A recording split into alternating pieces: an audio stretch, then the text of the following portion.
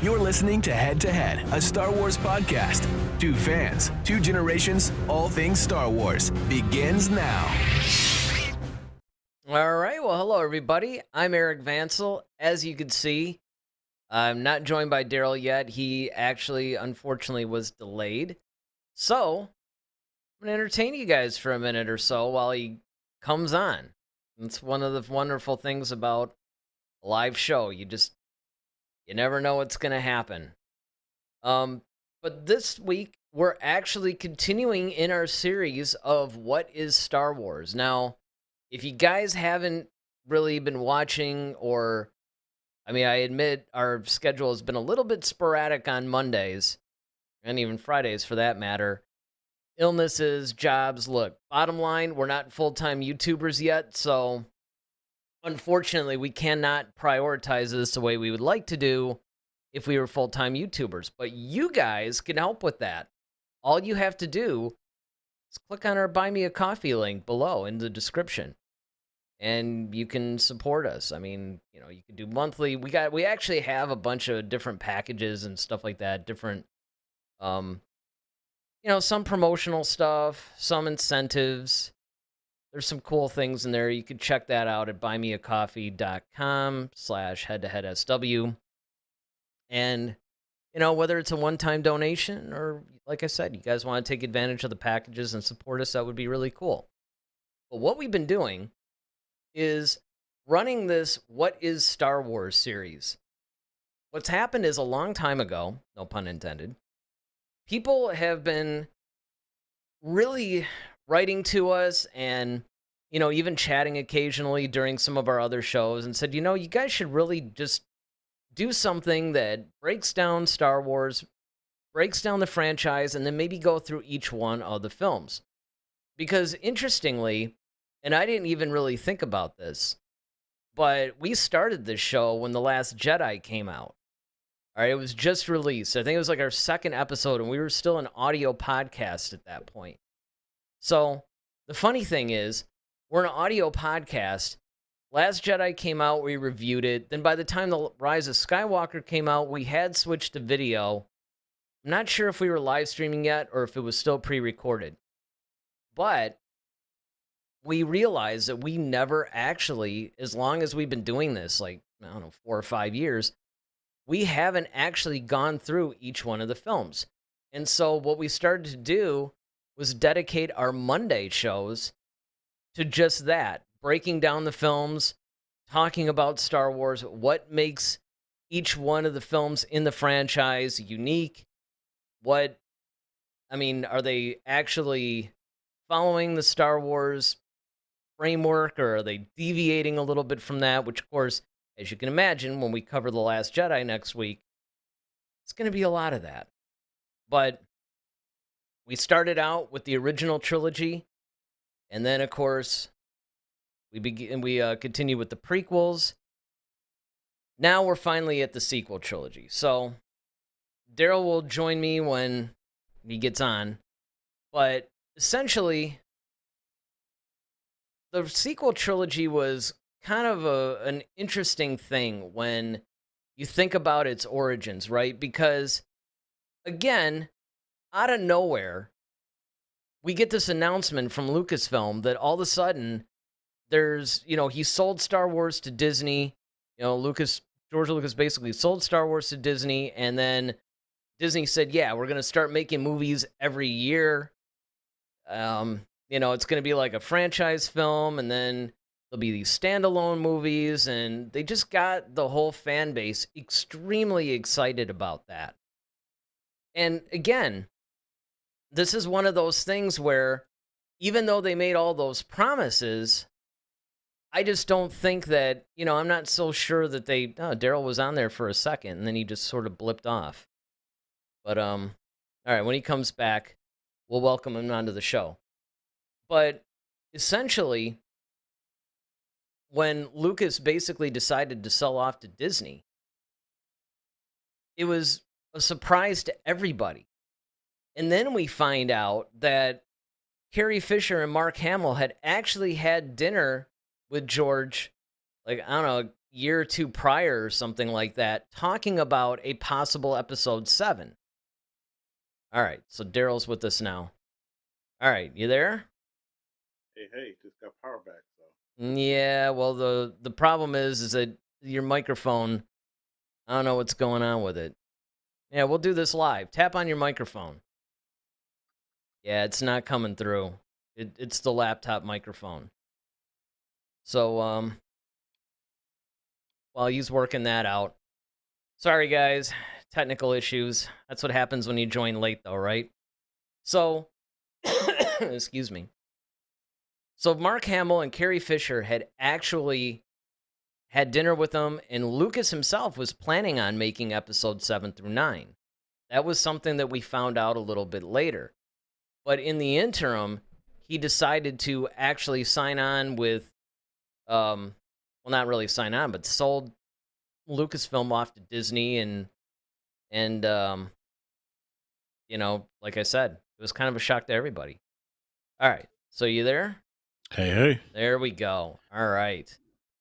So now we can do this properly. I was just basically giving everybody some background on how episode 7 came to be, and then of course how we even came to start reviewing these things. How we realized actually that we have never, in the history of this, when we started this with The Last Jedi, we never actually had gone until now to review all the films.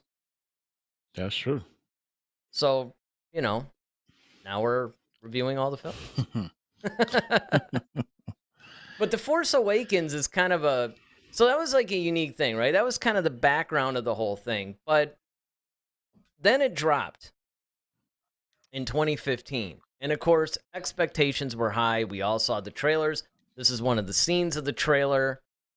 It was just like, we never really knew what to expect from this thing, and so that was kind of an interesting thing. So I just thought we would just spend like a minute or two, and I mean a minute or two, because obviously we have once we get into this, man, it's Yes, it's these a things journey. these things are pretty long. I gotta be at work super early tomorrow, so this is one of those things where, the sooner we get into it, the better. But I mean, I'd be remiss because this thing was such a big deal, right? I mean, when this finally came out, this is the first time that we're getting anything after Return of the Jedi now. The story is basically wide open.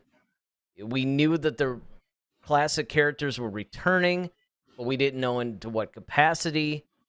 So, what were some of the things that you were hoping you would get from this thing? I mean, I really didn't know what to expect. That was the big mystery, is because going through um this, we all had the hype of the expectation. I remember us sitting in the studio, and I remember telling you, like, hey man, did you know that they're doing another Star Wars movie? Oh yeah, And that was when we found out about the announcement, right? Yeah, the I remember announcement, yeah. I think we were actually about to go see. It was right around the time that Texas Chainsaw 3D came out. I don't remember if it was that day. I think it was, though. I think we were hanging around the studio because we were waiting to leave To for go to the movie. Yeah, and you were yeah. just looking on the internet or whatever, just like surfing the web. Kind of an old term though, but you were just checking out stuff, and then you just said, hey, they're making another Star Wars movie, and I'm all like, no, that's not. That's just a rumor. That's and then all of a I'm like, sudden, no. all this news broke. That he had Yeah, actually sold the whole the company to rights. Disney, and Yeah. that they were gonna actually continue on and make all these movies, and there were big plans. And of course, we're like, oh man, is it gonna be the expanded universe? Are they gonna make Timothy Zahn 7, 8, and 9? I mean, it was just Yeah, a really exactly. time for big, fertile imagination. Yeah, I mean, especially at that time, because we didn't know like where the story was going to go. We didn't know if we were going to get picked up from like Han, Luke, and Leia, or now of course we found out we got like Ray. And so when we first see the trailer for it, of course you see the opening shot of like John Boyega's Finn. He pops up in the desert and in the stormtrooper uniform, and we're seeing all this I mean, the cinematography of it all was just amazing. We see the Falcon, we see a lot of stuff, and then, you know, we see Ray and BB-8, and so we're like, okay, it felt like Star. Like the look of it felt like Star Wars again. It's just Hmm. like, yeah, this is not like the prequels where everything looks like it's in Teletubby land. It's back to the look of the original trilogy. So that much we were excited for. And we heard, we have, of course, once we found out that they were actually doing another movie, of course, you and I, we kept up on, different interviews and stuff like that. Yeah, I People often kind wish of that we talking had about this the film. show out back then. I mean, we could have. Well, I mean, Yeah. we just, for whatever reason, we didn't. But that's actually a good point because it was a promising story, right? I mean, when you read the Hmm. opening crawl of this thing, I mean, of course, you're sitting in the theater. I mean, the first thing that was missing though was old like 20th Century Fox thing. That was kind of Yeah. odd when it just went right Yeah. into a long time ago. Well, we got the Disney thing. It was just that was the part that was just weird Yeah, because that we're so was used to the weird. 20th century, dun, dun, dun, dun, dun, dun, like Yep. we're used to hearing that before a Star Wars movie. Then you see a long time ago, but then you didn't get that. You got the whole Disney thing, and Mm-hmm. It was really it was weird and weird. it was very odd. But then again, as we covered before when we covered the standalones, it wasn't as strange as something like Rogue One or that Yeah, was Rogue One was very different. really weird. But again, this was the first film that we got since the prequels though. So yeah, Hmm. this is a little strange. This is kind of weird, but then the familiar Star Wars thing came and you got the normal chills that you would always get before when the thing is blaring and the fanfare and all that. And I mean, I have to say, Hmm. when you just look at this story, it looked like, okay, this is cool. I could get behind this. And Hmm. that was one of the things when you talked about how watching the trailer and everything, it felt like Star Wars. To me, reading this opening crawl, just the story, the setup, and all that, like, okay, this actually does feel like Star Wars. Yeah, You know, so absolutely. so that was kind of cool. And then, of course, the first scene that we get, I mean, it's a lot of it is mirroring in a way episode 4, and we should probably talk about this a little bit. Where episode 4 and episode 7 have very similar stylistic beats. And that was done Hmm. intentionally. Even though a lot of people were trying to levy criticism against J.J. Abrams, saying, okay, it was derivative, it was a rehashed version of A New Hope or whatever, but it was done very specifically. Do you think that that was as a fan though? Did you have a problem with that? Um, The fact that it kind of resembled, like, did you want more? Or did you want something different? I mean, not more, but did you want something different, no, or that was, were you kind of well, happy that they kind of went with the choice of? Because JJ's explanation for it, like, I get it. I know, but it does almost JJ, seem like you're trying to, like he's retroactively copy, explain yeah. it. Like, I'm gonna retcon this a little bit. Like, no, I did it on purpose. You know? Well, his whole thing was he kind of wanted to bring the fans back to the original Hmm. vibe of the original trilogy, because like we always aforementioned that the prequels was very CGI heavy, Yeah. and everything was, and you could tell, versus the original trilogy was all about real locations, real set pieces, you know, having that lived in vibe to it. So when we see that in the Force Awakens, it's like, okay, the look of it definitely puts you in the original trilogy standpoint. But then, to your point, you start seeing the style, like the stylistic tropes that they keep rehashing from the original, from A New Hope. And so some people were put off by it, but I know JJ, his whole explanation, whether it was retcon or not, his whole thought process was like, well, look, I'm trying to bring fans back into that feeling, and what better way to kind of just mimic some of those things that we got in episode 4.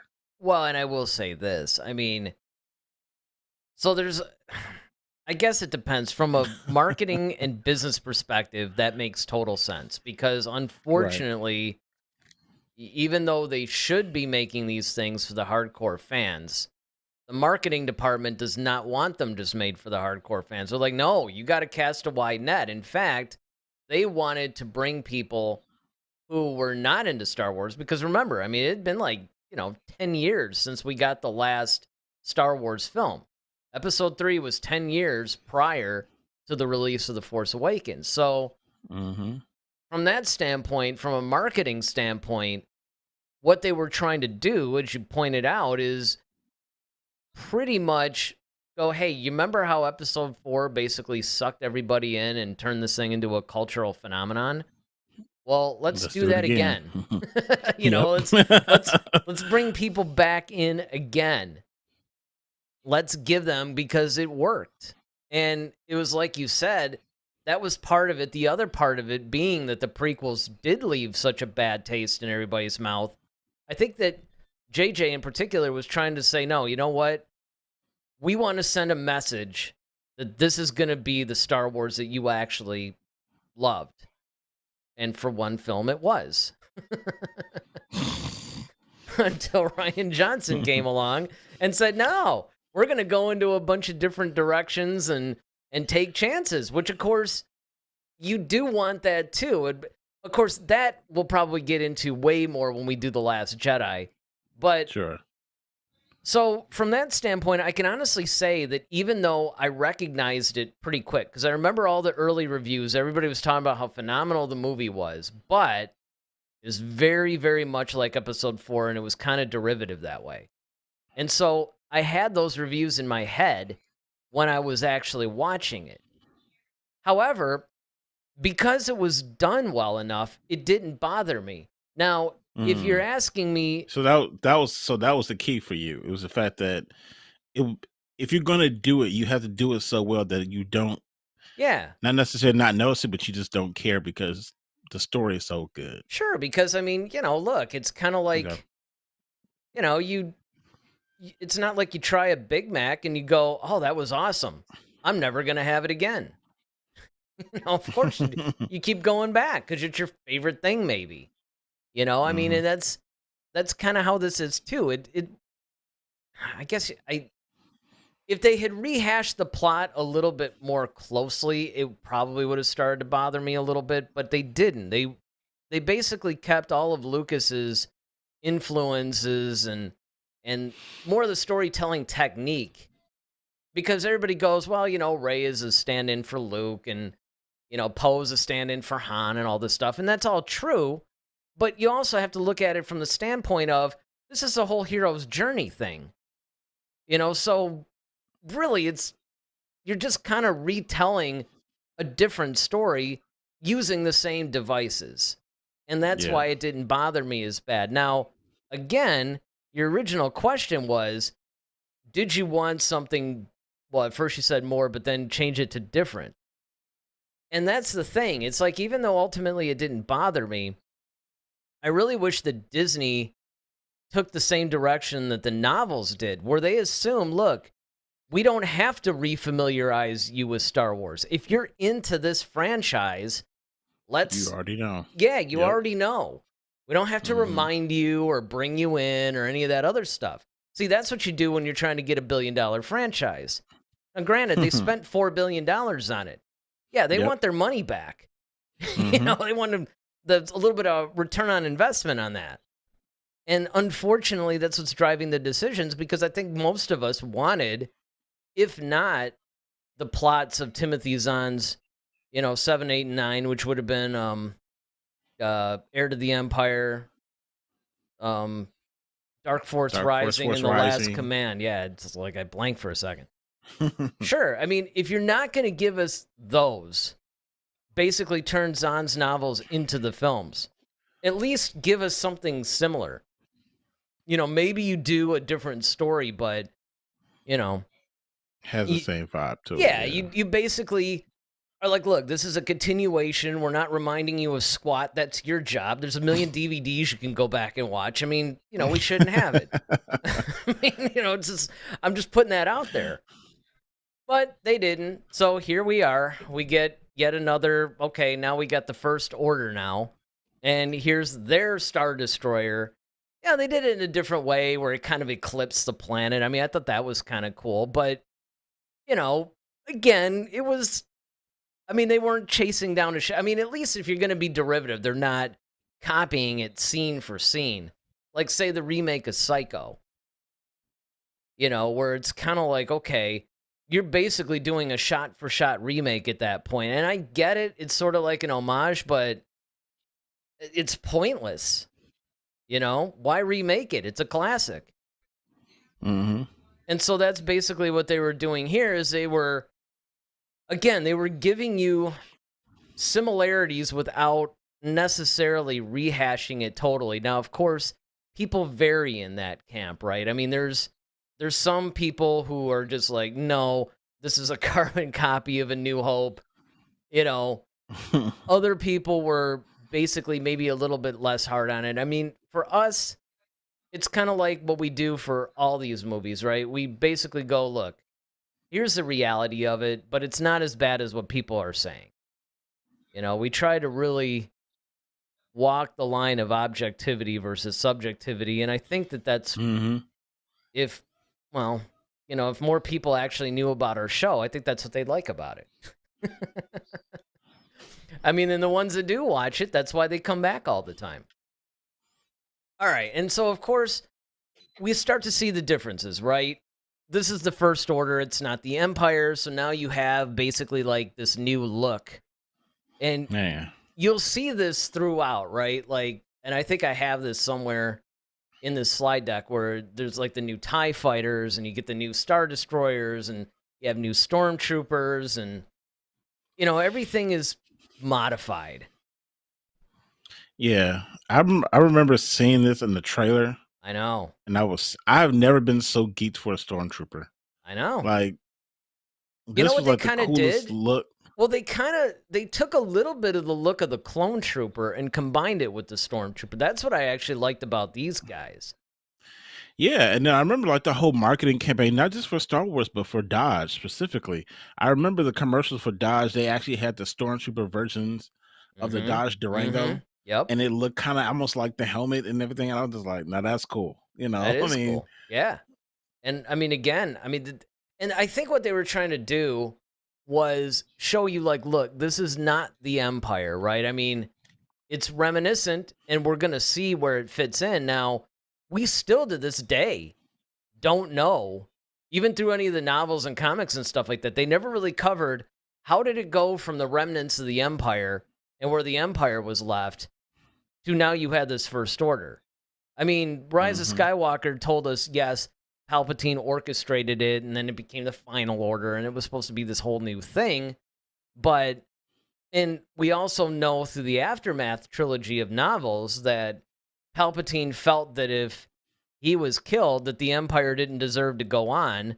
So he orchestrated this whole plan of, okay, you guys all have to meet above Jakku, and then he had this bomb that would basically just wipe them all out, which was, I mean, kind of shady when you really stop and think about it. But, I mean, and they did have, oh, I forgot.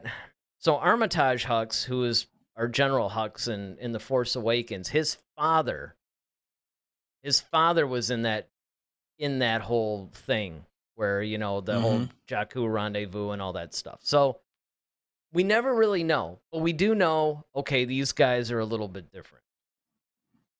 And then, of course, you know, we see our first real people here. We got Lor Santeca, played by Max von Sydow, who Next also month, yep. played Ming the Merciless in Flash Gordon. That's where he will forever be Ming to me. But this is cool, you know, Poe Dameron, Oscar Isaac.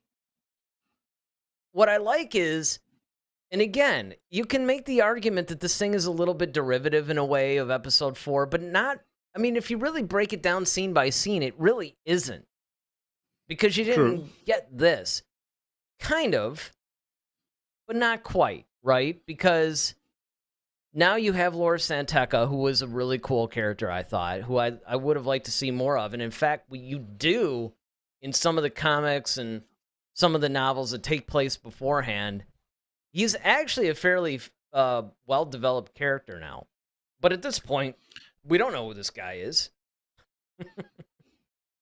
Well, here's the thing too, though. It's like, um, I guess you could say this is kind of reminiscent because this is almost like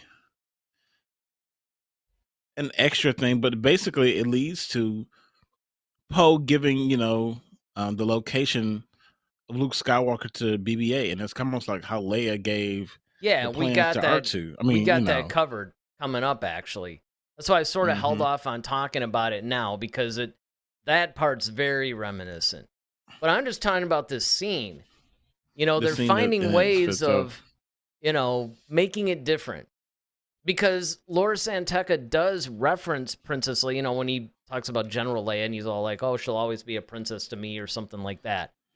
It's trying to give you information without hitting you over the head with exposition, right? Like, Do you do you think it was necessary to have Max von Sydow though play this character? Because it's not like we got more. Like, was that a waste? I mean, come on. no, man, I understand, because this is like the ultimate example of that to me is having Vin Diesel playing Groot. Exactly. I mean, it's kind of like, really.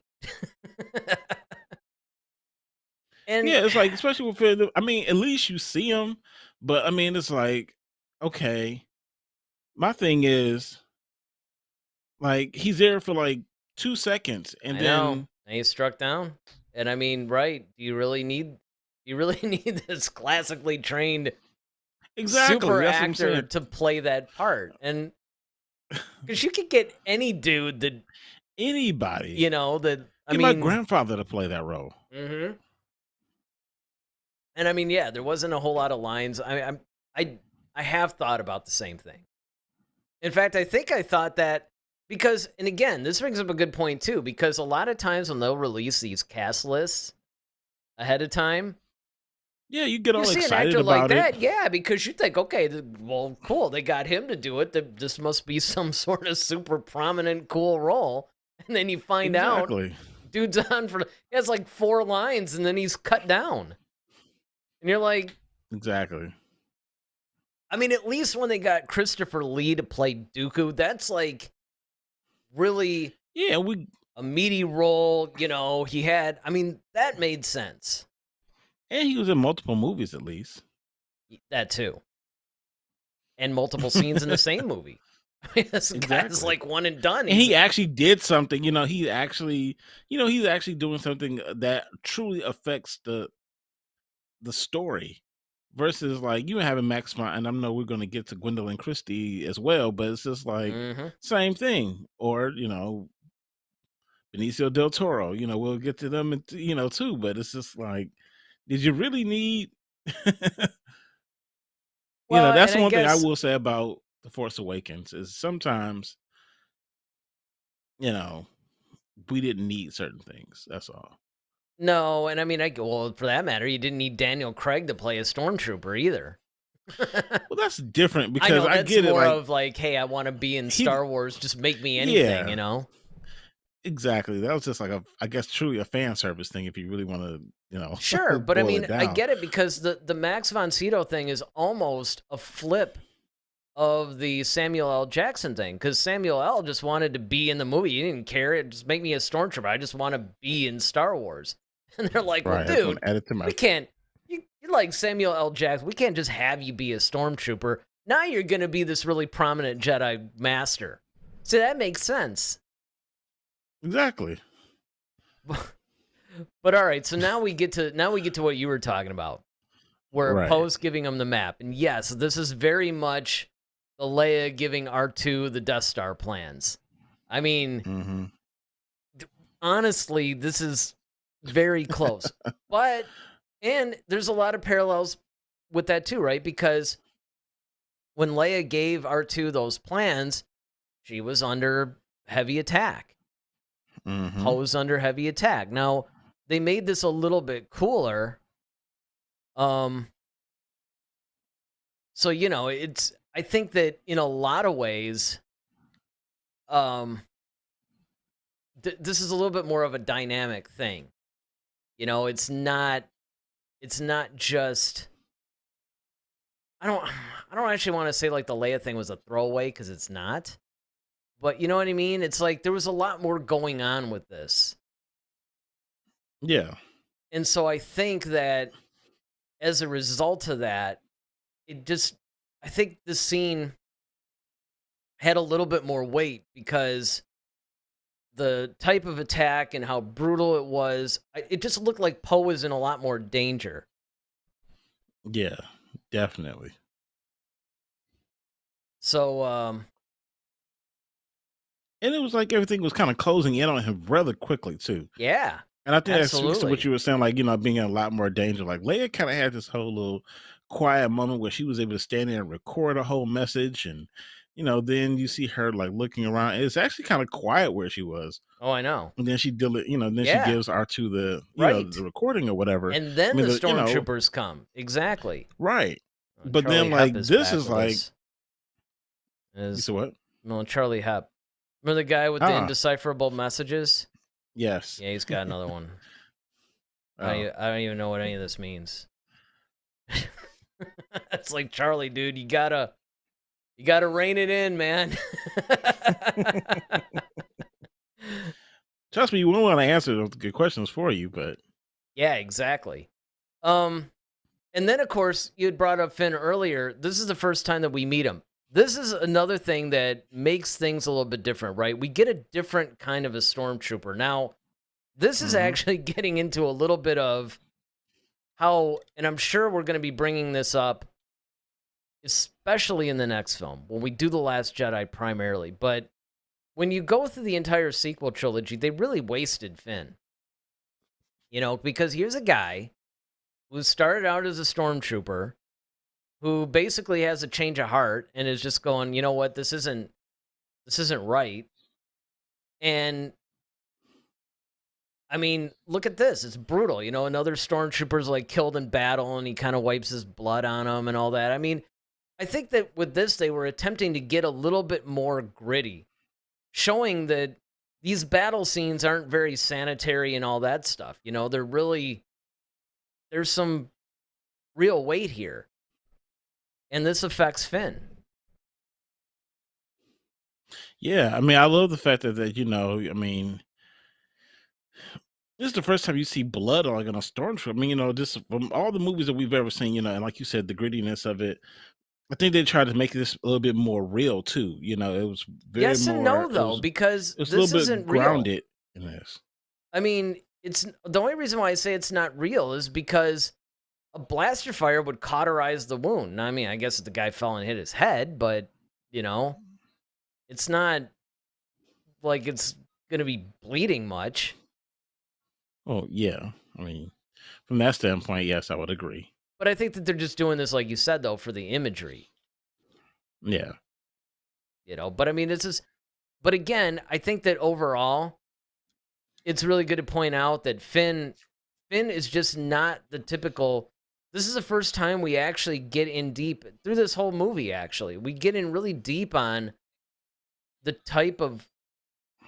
I mean, you never really get that deep in a stormtrooper. They're just like these faceless, mindless automatons almost. Well, that's the thing, and I'm glad you brought up like faceless because once again, kudos to John Boyega in this particular scene because well, you and I have mentioned this about different characters who wear masks, right? Mm-hmm. The ability to emote while wearing a mask that hides your face is very, you have to do a lot with body language. And I think that's what's really cool here because when you look at this shot of Finn, he looks sad or like this, almost like this isn't right. Yeah, you definitely can see the conflict, that struggle, and, yeah. and the conflict in his body language without seeing his face. And I think that's one of those marks of a great actor is being able to emote that. Even and we talked about David Prowse and even Donald Driver at times. I'm sure Adam we'll get to Driver. him. I mean, yeah, Donald Driver. I'm thinking about the football player, Adam Driver. Yes. Well, I mean, but speaking yeah, of him, here he is right here. Because there you he is. have a different kind of villain too. Because besides the fact that, like you said, all these guys have to emote more. Now, of course, both Finn and Kylo actually eventually remove their masks, but for a good chunk, at least a little bit, especially Kylo, he keeps it on a lot. And it's like you said, there's just a way that these guys are able to emote and to project certain feelings and vibes and just some of the minutia of their movements and all that. It really does show these guys have a lot of chops as an actor, which is just fantastic. And again, even with this, right? This isn't like a typical like Sith Lord. I mean, technically he's not even a Sith Lord, but you could say that he's more or less a stand-in for that, right? Right. Now let me ask you this. How did you feel about, like, before we even get into Kylo and his whole thing, just the look of him, the mannerism, like, did you buy it? Did you buy him as, like, because essentially he's a stand-in for Vader, Yeah. but it's like it's kind of hard to compete against that. Well, I think you almost So had to. I was mean, I it? think, But I'm saying, like, did you really, like? Okay, did he sell it well enough? It was like, okay, I'm interested in this guy. Like, this guy looks cool. yeah, He's intrigued. Like, did you really buy I into? did, and the reason for Okay. that is because if he had acted more like Vader, then I would say, because like you said, are you going to compete with that? You can't. What I liked Mm-hmm. about Kylo is the fact that he wants to be like his grandfather. He wants to be that, but he's extremely unhinged and just, I mean, completely unpredictable. And I mean, emotion just totally rules this guy, but he's also fairly good at strategy and things like that. So I really like the fact that they just didn't give me another Sith Lord that's kind of like Vader and Duke and all those other guys. Mm-hmm. I mean, you could make the argument that every one of them, Maul, Dooku, Vader, Kylo, they're all different. Sure. They have like It was. a similar vibe, I guess, but different. Even down to his What? lightsaber. Yeah. So the thing about Kylo, because I was wondering, like, when we first saw clips of him, in the trailers, when we first started hearing, like, okay, Kylo Ren, the Knights of Ren, and all that, right? Mm-hmm. And when we first see him, he looks cool. Like, I'll give it to him. Like, at first I thought it was Revan Oh yeah, almost, but I well was just like, there's a definite Revan vibe to his mask and all that. Absolutely. yeah. So he kind of reminds you of Revan a little bit. So I was kind of wondering, like, okay, then they said the Knights of Ren, so it kind of gave me that Knights of the Old Republic, but I knew that was way before this time, so it was kind of weird. But he definitely had the Revan vibe. The other thing I love about it was that um stupid fruit flies all over the place. Yeah, I know. I had to deal with them earlier at a restaurant. It's like I don't know what's going on.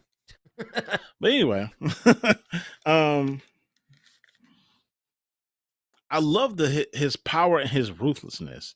Yeah. That's what separated him from me. Like, when you first see him, like, catch that bolt and he's is just there, man, I was just like, okay, I buy him now. Well, Like, instantly at that and that's moment. it. Because he's completely, like you said, he's ruthless. He's kind of over the top. He's unhinged, Yeah, but he's he's unhinged. Yeah, unhinged with a lot of power. exactly. And that's You what know? makes him scary and Yeah, dangerous. exactly. Because Vader was very, very sane, very controlled, just ruthless, and he'd stop at nothing to get what he wanted. And that's why he's the most powerful. I mean, if you look at him, none of these Hmm. guys could beat Vader. And I mean, when you watch Vader acting in Obi-Wan, like going Oh through that man, yeah. village, man, you see, all Yeah. right, this guy is scary because he's absolutely in control, and he's just, you know, Yeah. he's more angry though, whereas Kylo's just more like you know. dysfunctional. Like he's Yeah, just just w- well, the completely best like comparison. unglued, man. Well, the best comparison for me, if I was to kind of compare these two characters, it's almost like Jack Nicholson's Joker versus Heath Ledger, not Heath Ledger. Um, uh, it's not Joaquin Phoenix. The Jared one Leto. Jared Leto, yes, Jared Leto's Joker. Like that's kind of the comparison I would make, Mm-hmm. where it's like Jack Nicholson's Joker, although the Joker in and of itself, the character is crazy, but it's almost like there's some sane moments in his craziness. And that's how I kind of look at Vader. Like he's like you said, he's more angry at things than just nuts. But Jared Leto is more just he wants to make the world just suffer and he wants to just do he's more reckless. I think that's the best way to Yeah, explain. He's more recklessness is a reckless. good way. Yeah, that's a good way to Yeah. put it too. It's Yeah. it's more reckless. And that's why I look at Kylo. Kylo's version of Darth Vader, so to speak, it's a reckless Darth Vader. Mm-hmm. Yeah. Well, now of course we talked to that's the different kind of villain, you know. Now we talk about the Hmm. wasted villain. Oh my Which goodness. kind of Ugh. goes into what you were Yes. talking about with Gwendolyn Christie a little bit earlier, is that, you know, we get introduced to Captain Phasma and she's really cool. You know, first the figures and all Hmm. that stuff come out. We saw her in the trailer, like not the teaser trailer, but as time went on, you know, man. I Man, yeah. mean, Gwendolyn Christie. I mean, like, if you see her in Game of Thrones, she's phenomenal. Phenomenal character. I mean, she's a phenomenal actress, let me say that. And she can play, a very strong, dominant character. You get her in here, and it's like, okay, the look is cool. I mean, the whole metallic. I mean, she almost kind of looks like Mando in a way, like it's very, metallic stormtrooperish outfit, basically, yeah, with it this kind of like reminded me crimson of, cape. yeah, It's like, you know what it reminded me of was G.I. Joe's Destro. yes, That's yes, kind I of would what it was definitely, like. If yep. Destro were a stormtrooper, that's what There he you would look go. like. But, Excellent comparison. you know, But yeah, it's it was such a waste though. It's like, okay, this character ends up, we see him like, okay, compare, and that's another thing too. Is like, okay, you got almost the possibility of three super strong villains because we still haven't. I mean, we still haven't met Snoke yet, but no, but we I got, know. and it's just kind of like, man, like this is like how are our heroes going to deal with this one now? Because now it's three of them. So who's going to take who? Well, I'm So laughing. I'm laughing because it's like, yeah, she's like barely in it too. I mean, exactly, she's you completely didn't wasted. You could have done so exactly. much with the Phasma character, you know, and it's like they created. I mean, now granted, I somewhat, and I'll give a little bit of a backhanded compliment because as much as I'm being critical of this, and I do feel that the character was wasted and they should have done more, I do admire the restraint that they create a really cool character, but only put the character in where it fits the story, at least the Sure, story they're trying to absolutely. tell. So, I mean, I will say, okay, Yes. that was cool, but wasted here. All Yeah. right, and then we get, of course, a different kind of hero as well, because now we're Hmm. meeting Rey, right? So there's some similarities between uh her and and Luke. Luke, but she's different. She's a scavenger. Hmm. She's homeless, she doesn't really know where she comes from or any of that stuff. And of course, that becomes a big mystery. By the end of this film, everybody was like, "Oh, who's Rey's parents?" And then it became all about this lineage. Is she Obi-Wan's granddaughter? Is she, Luke's daughter? Is she, um, you know? Yeah, but the thing is about Ray is that she comes because of her background. She comes off very um self-sufficient. Like she doesn't like Luke was very just dreamy. I mean, and Ray had that too. She had that whole dream of, her parents were going to come back for her and she just had to hold on. But Luke was kind of more just not as street savvy, if I could use that terminology. Yeah, I mean, that's true. He was, You I mean, know, I don't know if you could really say sheltered, although I guess kind of. But he sort of had to be. yeah, exactly. I mean, yeah, given his situation, sure. I And that's mean, the thing I right, said with because he was Ray, she's a little directly. bit more Well, I mean, and of out course, there. what we find out is that, I mean, I guess she Hmm. had to as well. But they just were like, oh, we'll just dump her off somewhere. And that's where, of course, we're introduced to Jakku. And then, of course, BB-8 ends up finding her, so we're introduced to that. And there's like that dynamic where BB-8 and Rey are a lot like R2 and Luke. The only Hmm. difference is that with Luke, you also had C-3PO introduced there as well. In this, you just have BB-8, but there's a very definite similarity between, again, this is where it's giving us echoes of A New Hope. Just in case you forgot, nope, we're still sort of running parallel. And I wouldn't say that this is where some people have criticized this, like I said, is almost a direct remake or something like that. I wouldn't go that far. I mean, there's a lot of differences in this movie. And this is one of them. It's just, the way that BB-8 finds her. And then, of Hmm. course, eventually, Finn will get into the mix and everything. But once again, she's a loner. She's a scavenger. She doesn't know who her family is. She's waiting. Like you said, there's that dreamy-eyed hopefulness. Like, well, one day they'll come back for me. So, Yeah. I mean, and that's the cool thing, we get to see kind of how Ray is living, we get to know a little bit, just circumstantially, we get to kind of see who Ray is. yeah. We kind of see her, she's scavenging, she's, picking up junk and she's trying to turn it in for food. I mean, Yep. we kind of see that like, okay, but she saves BB-8 and she's, you could tell that she has a good heart. So Right. that just tells us, just circumstantially, you see that she's Right. They're basically giving you, they're telling you about this character without beating you over the head with it. They're just demonstrating it. exactly right. Um, and then of course, you get these ruins of the past, which I love. I love the Man, fact that through this whole movie, you see the effects the of remnants. this galactic war, right? Because, you Hmm. look and it was like mayhem out there. You had Star Destroyers and TIE fighters and, the Death Star at one point. You had the entire Rebel fleet. You had all these epic battles over all these planets. And it's just like, okay, you're going to get debris from this.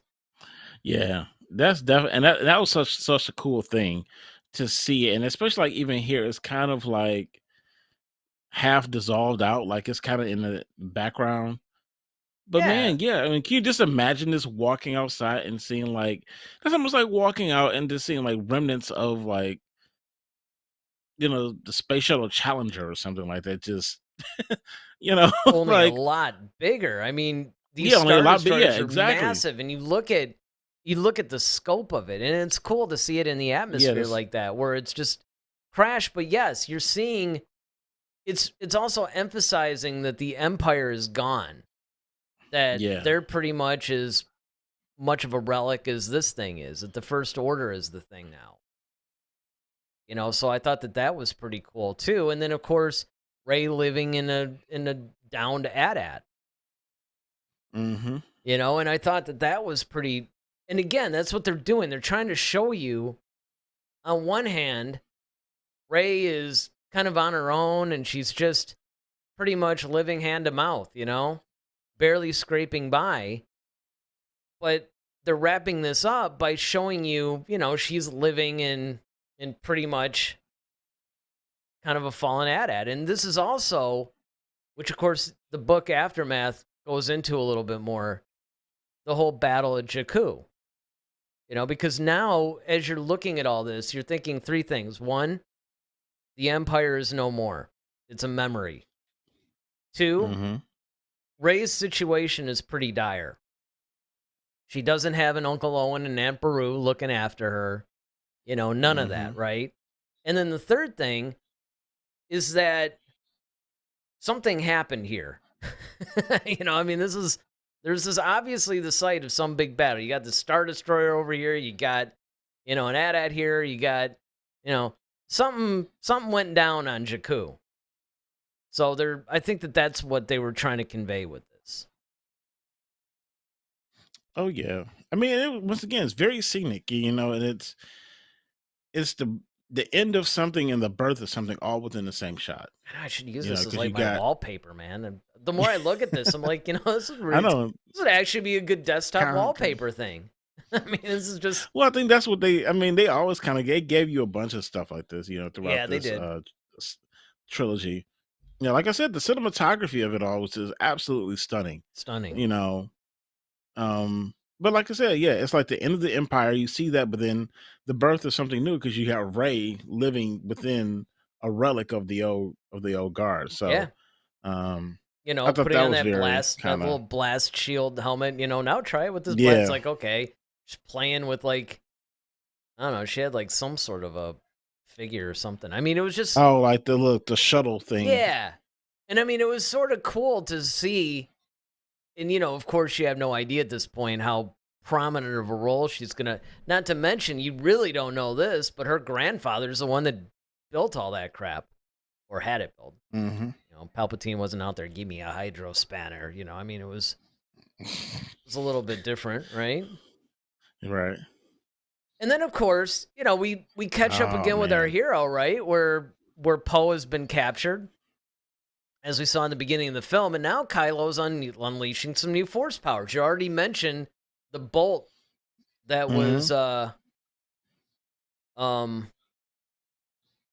like Frozen and suspended. Yeah, I guess suspended. Yeah. frozen, suspended. I'm trying to figure out the best word for it, but yeah, I mean, just basically, and it just stayed there. He's having this whole conversation, doing all this, and then finally he Even got consciously lets it go. yeah, even that's the point when he even have to use his hand to stop it. He just Yeah, was holding the whole conversation. It's just sitting there, just vibrating. You're just like, right. man. And so now we get this sort of Star Wars version of the Vulcan mind meld, and what I liked about this is that it's very invasive. It's like he's just reaching in and taking memories and thoughts and all that from you. Like, oh, you're not gonna. Yeah. This is almost an extension. And again, this is a very similar. I mean, if we're gonna spend this review talking about similarities to Episode 4, now we're at the Vader using the little mind probe thing on Leia. That's the scene we're in now. But again, it's different. This is more intense. Yeah, and for once we actually get to see it. See, that's the thing too. In A New Hope, we never got to see, like, you saw the little mind probe come in and you felt the terror and the look on Leia's face, and Vader kind of turned and looked at it. And now we will discuss, the Well, location of the hidden didn't rebel they deal base. with it? But then the door closes and you never see, like, okay, how that looks. I mean, Yeah, it's but a needle, so wasn't it an Obi-Wan? What's that chick's name? oh, you Or talking no, about it was Andor, wasn't it? Yeah, it was Andor. It was oh man, I can't remember her name, but like Andor's kind of oh love interest, and she was yeah, when they were captured by torturing the her. Empire. Yeah, when they tortured her, and they used the mind probe thing, that little, boop, boop, that little ball or whatever, and it was like, now you see what it actually did to you, and so now you're thinking, okay, well, Leia was kind of a beast. If she could actually, her resistance to that was considerable, and Well, of course, that's the first hint that she actually has the Force, by the way. right. But I thought this was, like you said, and you made a good point that whole thing was with Kylo was very evasive, and it looked painful. It's not like he was just like, okay, let me just see what's going on in here. Like, Yeah, right. no, You like just I'm kind of really, poke around, yeah, it's like, all right, oh, that's your ex-girlfriend. Don't need to see that. Yeah, It's, exactly. no, it's like I'm really like causing you some anguish. It's like the worst migraine you probably could ever have. While he's trying to find. And it's like basically he's causing you pain so you can stop trying to fight what he's trying to Mhm. see. And Mhm. that's the so it's like a two-part thing. You're getting the pain that he's causing you mentally so you can stop trying to basically block it out. So now I have access to what I want to see. Yeah, and that's it. And that's basically what it comes down to, right? It's like you're gonna basically say, okay, look, I'm I need this information. I could interrogate you. I asked you a couple of times, you gonna give this up? Nope. Okay. It's like fine. I'll just I'll just take the I'll just information. take it. And I mean, I think that that's ultimately one of the cooler things. And I have to say that I really enjoyed these new force powers that they were showing us finally on film.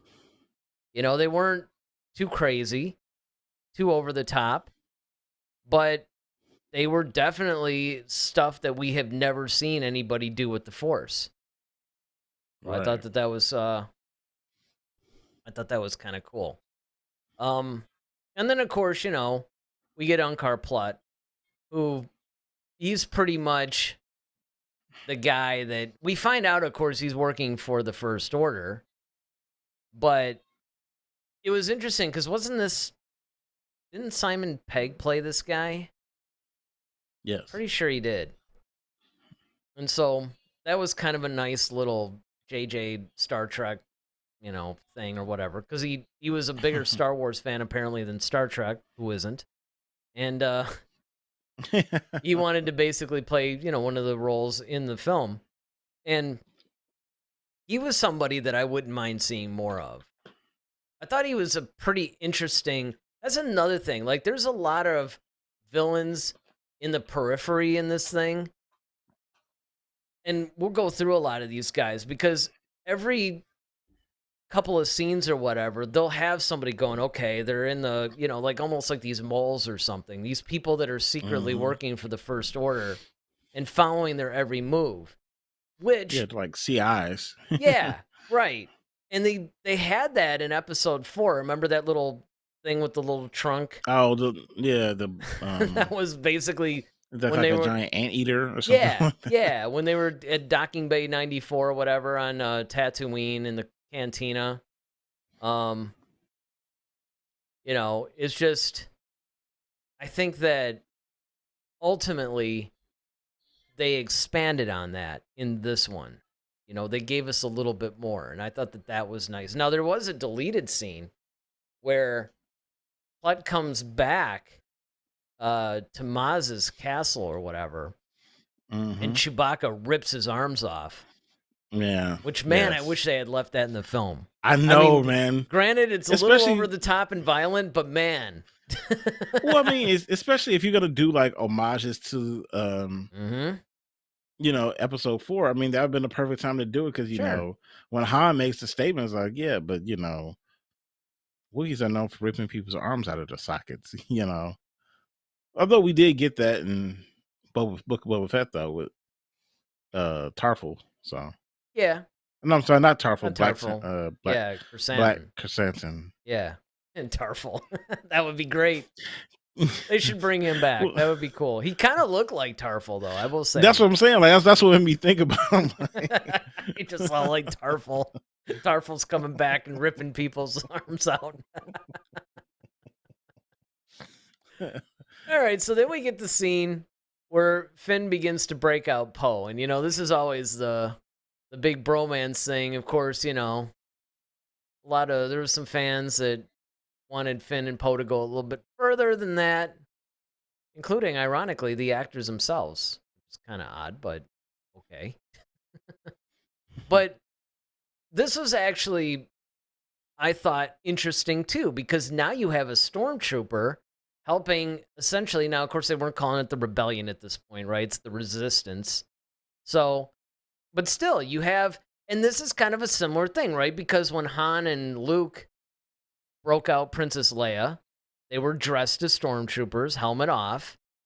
You have the Right. same thing here, but the difference is he actually is a stormtrooper. Yeah. Mm. Yeah, I mean, and this is this was kind of cool because I could see Poe's apprehension because he's probably thinking like, okay, this is some sort of setup or whatever, and Yep. you know, this guy's already like been probing my brain, and now you're sending this stormtrooper in here to like, okay, act like he's my friend, and he wants me to take him to like basically the new base. I can see Poe why Poe would be so kind of like, I don't know. Yeah, exactly. It's like, yeah, listen, about that. I'm not so sure about that. But of course, he does end up like leading him into a TIE fighter or whatever. And I love it. When they go to steal the TIE fighter, it's like it's tied up. Like you Right, think the they're TIE about fighter's to tied break up. out, and the tie is literally tied, which is kind of weird that it has like a line there. But I actually like the later design when it was kind of like in that grip thing, Oh, and then like the grip would release, and then the uh, TIE fighters would come out. yeah, it's almost like the little game at the arcades where you pick up stuffed animals, Yeah, kind of. little claw. But I will say, like I alluded to earlier, they had a lot cooler designs for this stuff, right? Like they took all the Empire stuff and just made it cooler. Cooler stormtroopers, Yeah, cooler Star Destroyers, TIE fighters. Like everything just looks way more sleek. sleek, Yep. which is probably why I use that word there. Yeah, it's very modern. Very modern. Now, this is almost as bad as the whole Rogue One. Where he's like, Well, what's your name? FN287 or whatever. And it's like, Finn. I'll call you Finn. Okay, yeah, I like that. I mean, it was just kind of like, all right, dude. yeah, that was a big corny. I would give him I that. mean, that's when it was just kind of like, yeah, I like that. I like that. It's just like, oh, man. Really? Right. I could have done without that part. But I did enjoy the scene overall, though, where I they're think that should. trying to escape the First Order and, Finn's trying to figure out how to fire the thing and Poe's trying to figure out how to fly it. Well, I think they should have. Number one, I think they should have got Ice-T to play John Boyega's part just to make everything kind of full circle. That would have been great. But If there's any Law and Order SVU fans out there, you're cracking up right now. but no, but the thing about this was, and I don't know because, well, yeah, I do know somewhat. In this new design of the TIE fighter, it's a two-seater. Now I know they Yeah, have the TIE bombers where you had two seats because you had one person flying and the other person like dropping the bombs or whatever. But and I know they have different iterations of the TIE fighter because there's the interceptor and all these different versions. But sure. this looks like a standard TIE fighter. So the fact that they're almost kind of like how the Snow Speeder was, because in the original trilogy, it was a single pilot, in the just like for X-Wing, it was a single pilot. But it wasn't until you got the Snow Speeders on Hoth that's when you actually had like the pilot and the gunner. So in Yep. this situation, they have a pilot and a gunner in this one. So I thought this was an interesting take too. I never actually really thought about that, but you're right. You're right. I didn't even think about it, even though the gun in this sort of had those Falcon vibes to it. It kind of reminded me of the Yeah. guns in the Millennium Falcon, which of course we'll get to soon Hmm. because they end up finding that too. Spoiler alert. But then now we're introduced to General Hux, and I really like this whole scene with Kylo Man. and Hux because I especially liked it when, Kylo was kind of like, well, maybe we should just go back to using clones or something. I mean, anytime that they're introducing previous trilogies into newer ones, like I'll bring this up next week too, but I mean when Luke Skywalker actually said Darth Sidious, my mind just exploded. And same thing here when he was talking about, oh, maybe we should use clones. I'm like, clone trooper. I mean, it was just one of those like reference things, but their dynamic was really hilarious. This is what would have happened if Tarkin and Vader didn't like each other. Yeah. I mean, I think the only thing is that Tarkin and Vader actually kind of got along. They did, This but I'm just saying if they didn't, this is the kind of dynamic they would probably Yeah, have. yeah, definitely. Yeah. Oh, yeah, Because definitely. Kylo wants to totally choke him out, but he can't because Hux is the leader of the military and Snoke kind of put him there, and they're kind of like two brothers. I mean, that's kind of what they reminded me of, like these two siblings Yeah. that are at each Yep. other's throats, and Snoke is the dad, and Mm-hmm. and they're just No, like that's totally. sniping at each other. That's what made the whole like once Snoke is gone and Hux is like, oh crap, now Kylo's in charge. I mean, then their Yeah, and dynamic this was just hilarious. man. And once again, it's kind of funny because you're kind of thinking to yourself, like, okay, who really should take over though? Because on one hand, and it's kind of like, all right, Vader was the enforcer, just like Kylo's been the enforcer for Snoke. But Hux is legitimately the one running the military. Mm-hmm. So it's kind of like, why would you have your enforcer trying to run everything? And I guess to a certain degree, you could say, well, because they were closer with Snoke, so he would have known his wishes and his plans, and a little bit maybe he could carry him out because he knew he was more in on the full story. But then Hux might have been. But I did really enjoy the fact that their relationship being so adversarial, it's almost kind of like uh if Vader and Ozzel kind of had, or what's that guy? What's the one from A New Hope, the one Vader choked? Um, Marty, Oh, Marty, yeah. Marty. Yeah, actually, there you go. That's almost like Marty and Yeah. Vader. That's what I was trying to think. Like, it's there's somebody, but yes, it's And like again, Marty and Vader. I could watch an entire show with just these two guys. Like if you did like Oh some man, Disney hands down, Plus show yeah. that was just like the Oh, Hux and absolutely. Kylo Like show, I'd Ren be and Hux, yeah. man. I'd be I'd be all over that. every week. I'd be tuning in, and I'd want it to go on for like 12 seasons because I can just watch the thing forever. It's just Yeah, it's almost like Cobra Kai, like Daniel and that's exactly what it's and like. Johnny. It's like Daniel You and know? Johnny. It's exactly what it is. I mean, Hux even kind of has that little Johnny Lawrence vibe to him with the haircut and all that. But then of course, finally the First Order does catch up, of course, with Finn and Rey. I mean, basically, Finn obviously was trying to, he was just trying to pretty much escape, right? Once they crash landed Mhm. on Jakku.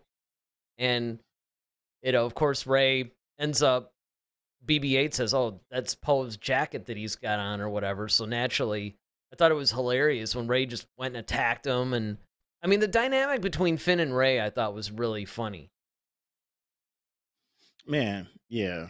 I mean, And the the other fact thing that I that thought was great too, speaking of which, because he'd already been through it with Poe, then of course with Rey, through the whole thing, and everybody keeps wanting to go back to Jakku, and like Finn's like, why? Why is everybody obsessed? everybody trying to going back here. It's like, no, let's I want to get leave this planet, Well, the fact that Rey kicked the crap out of him, running with her, with her staff and everything, and they didn't really start off on the best terms, and then of course BB-8 notices, they're like, hey, you got my guy's jacket, what's the deal? So Yeah, what's up with that? And yeah, so Rey is kind of thinking like, all right, fine, I'm off the floor with this guy, you don't scare me, I'll tangle with bigger guys than you. And then it's just like, look, man, I'm just trying to get the heck out of here. You can have the jacket, you can do whatever you want. Just get me out of here. That is the thing that I thought was probably the best thing about this movie, is the fact that a lot of the dynamics in the relationship are different than anything we've ever seen in Star Wars before. Yeah. I mean, you do that. have a little bit of that in A New Hope, obviously, because once Han, Luke, and Leia get together, there's a little bit of that. Han's like, look, I just want to get out of here. I need to pay some people off. Leia's just like, who are these idiots that rescued me? I would have been better off, right, like this is who they send. Yeah, like where's exactly. Obi-Wan? Right, Where's right. Like my message specifically said Obi-Wan. Right. I don't know who you people very are. Clear. Yeah. So and of course Luke is just trying to make sense of life, So pretty much you had this really weird dynamic. This is a similar thing, but it's different though.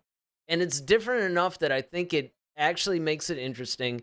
And you forget, hey, this, in other words, this is not the rehash of episode 4 that everybody thinks it is. Similarities, but not exact. And then, of course, I would definitely. Ah, yes. You know, don't get me wrong. Like everybody else, I got chills when the Falcon appeared.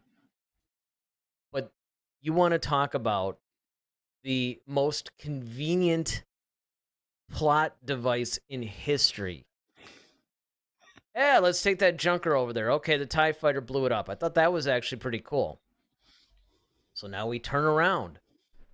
Oh, we're going to get out in this junk heap, and it's the Falcon. It's like, really? I mean, don't get me wrong. It's not like it's impossible.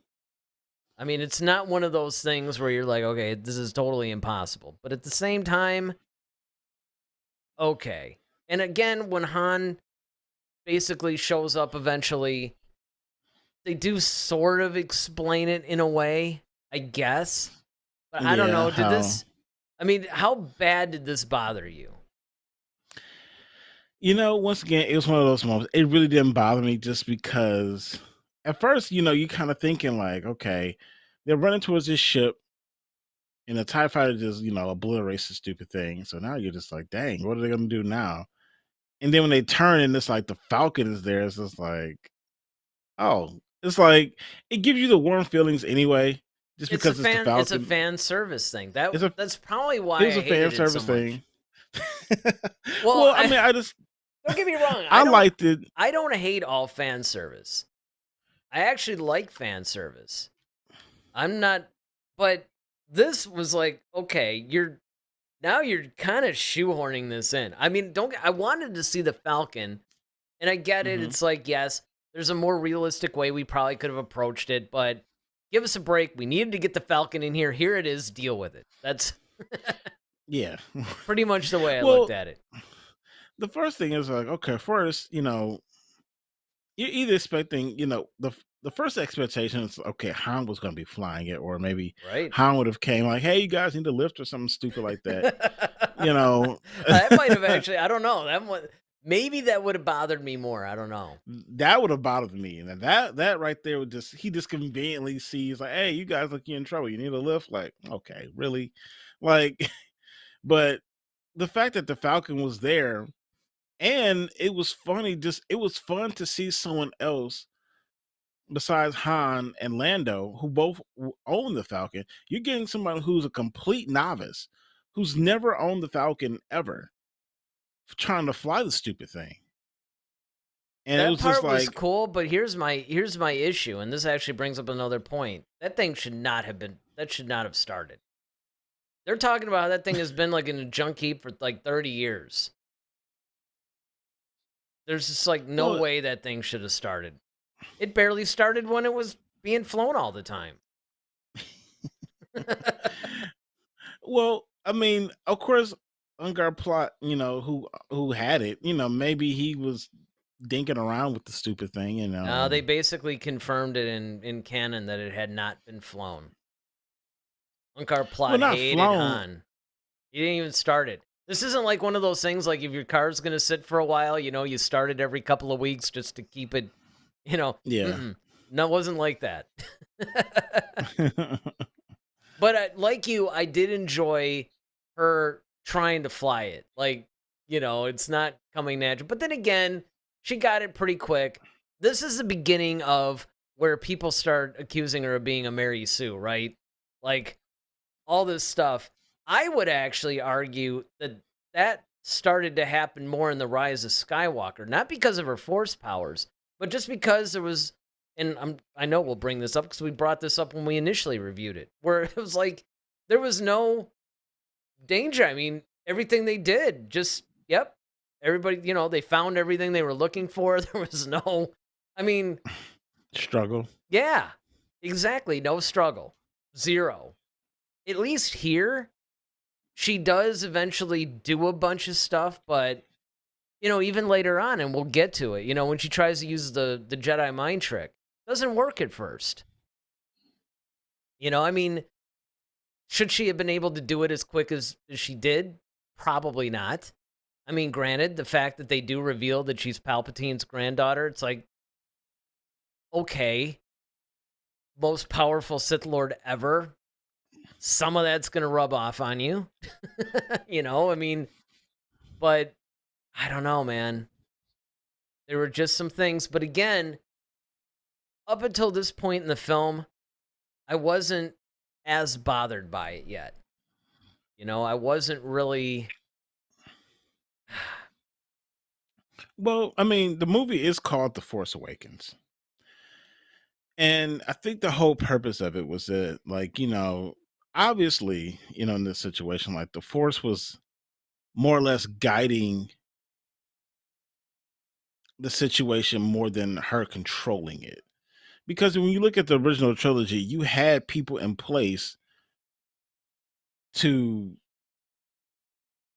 teach and fill in gaps. You had Obi-Wan with Luke initially, then he passed him on to Yoda, and then until Yeah, right. Luke Like, got here, up you to deal with speed. them. I'm done. Yeah, I got cut down, so Yoda, he's on you now.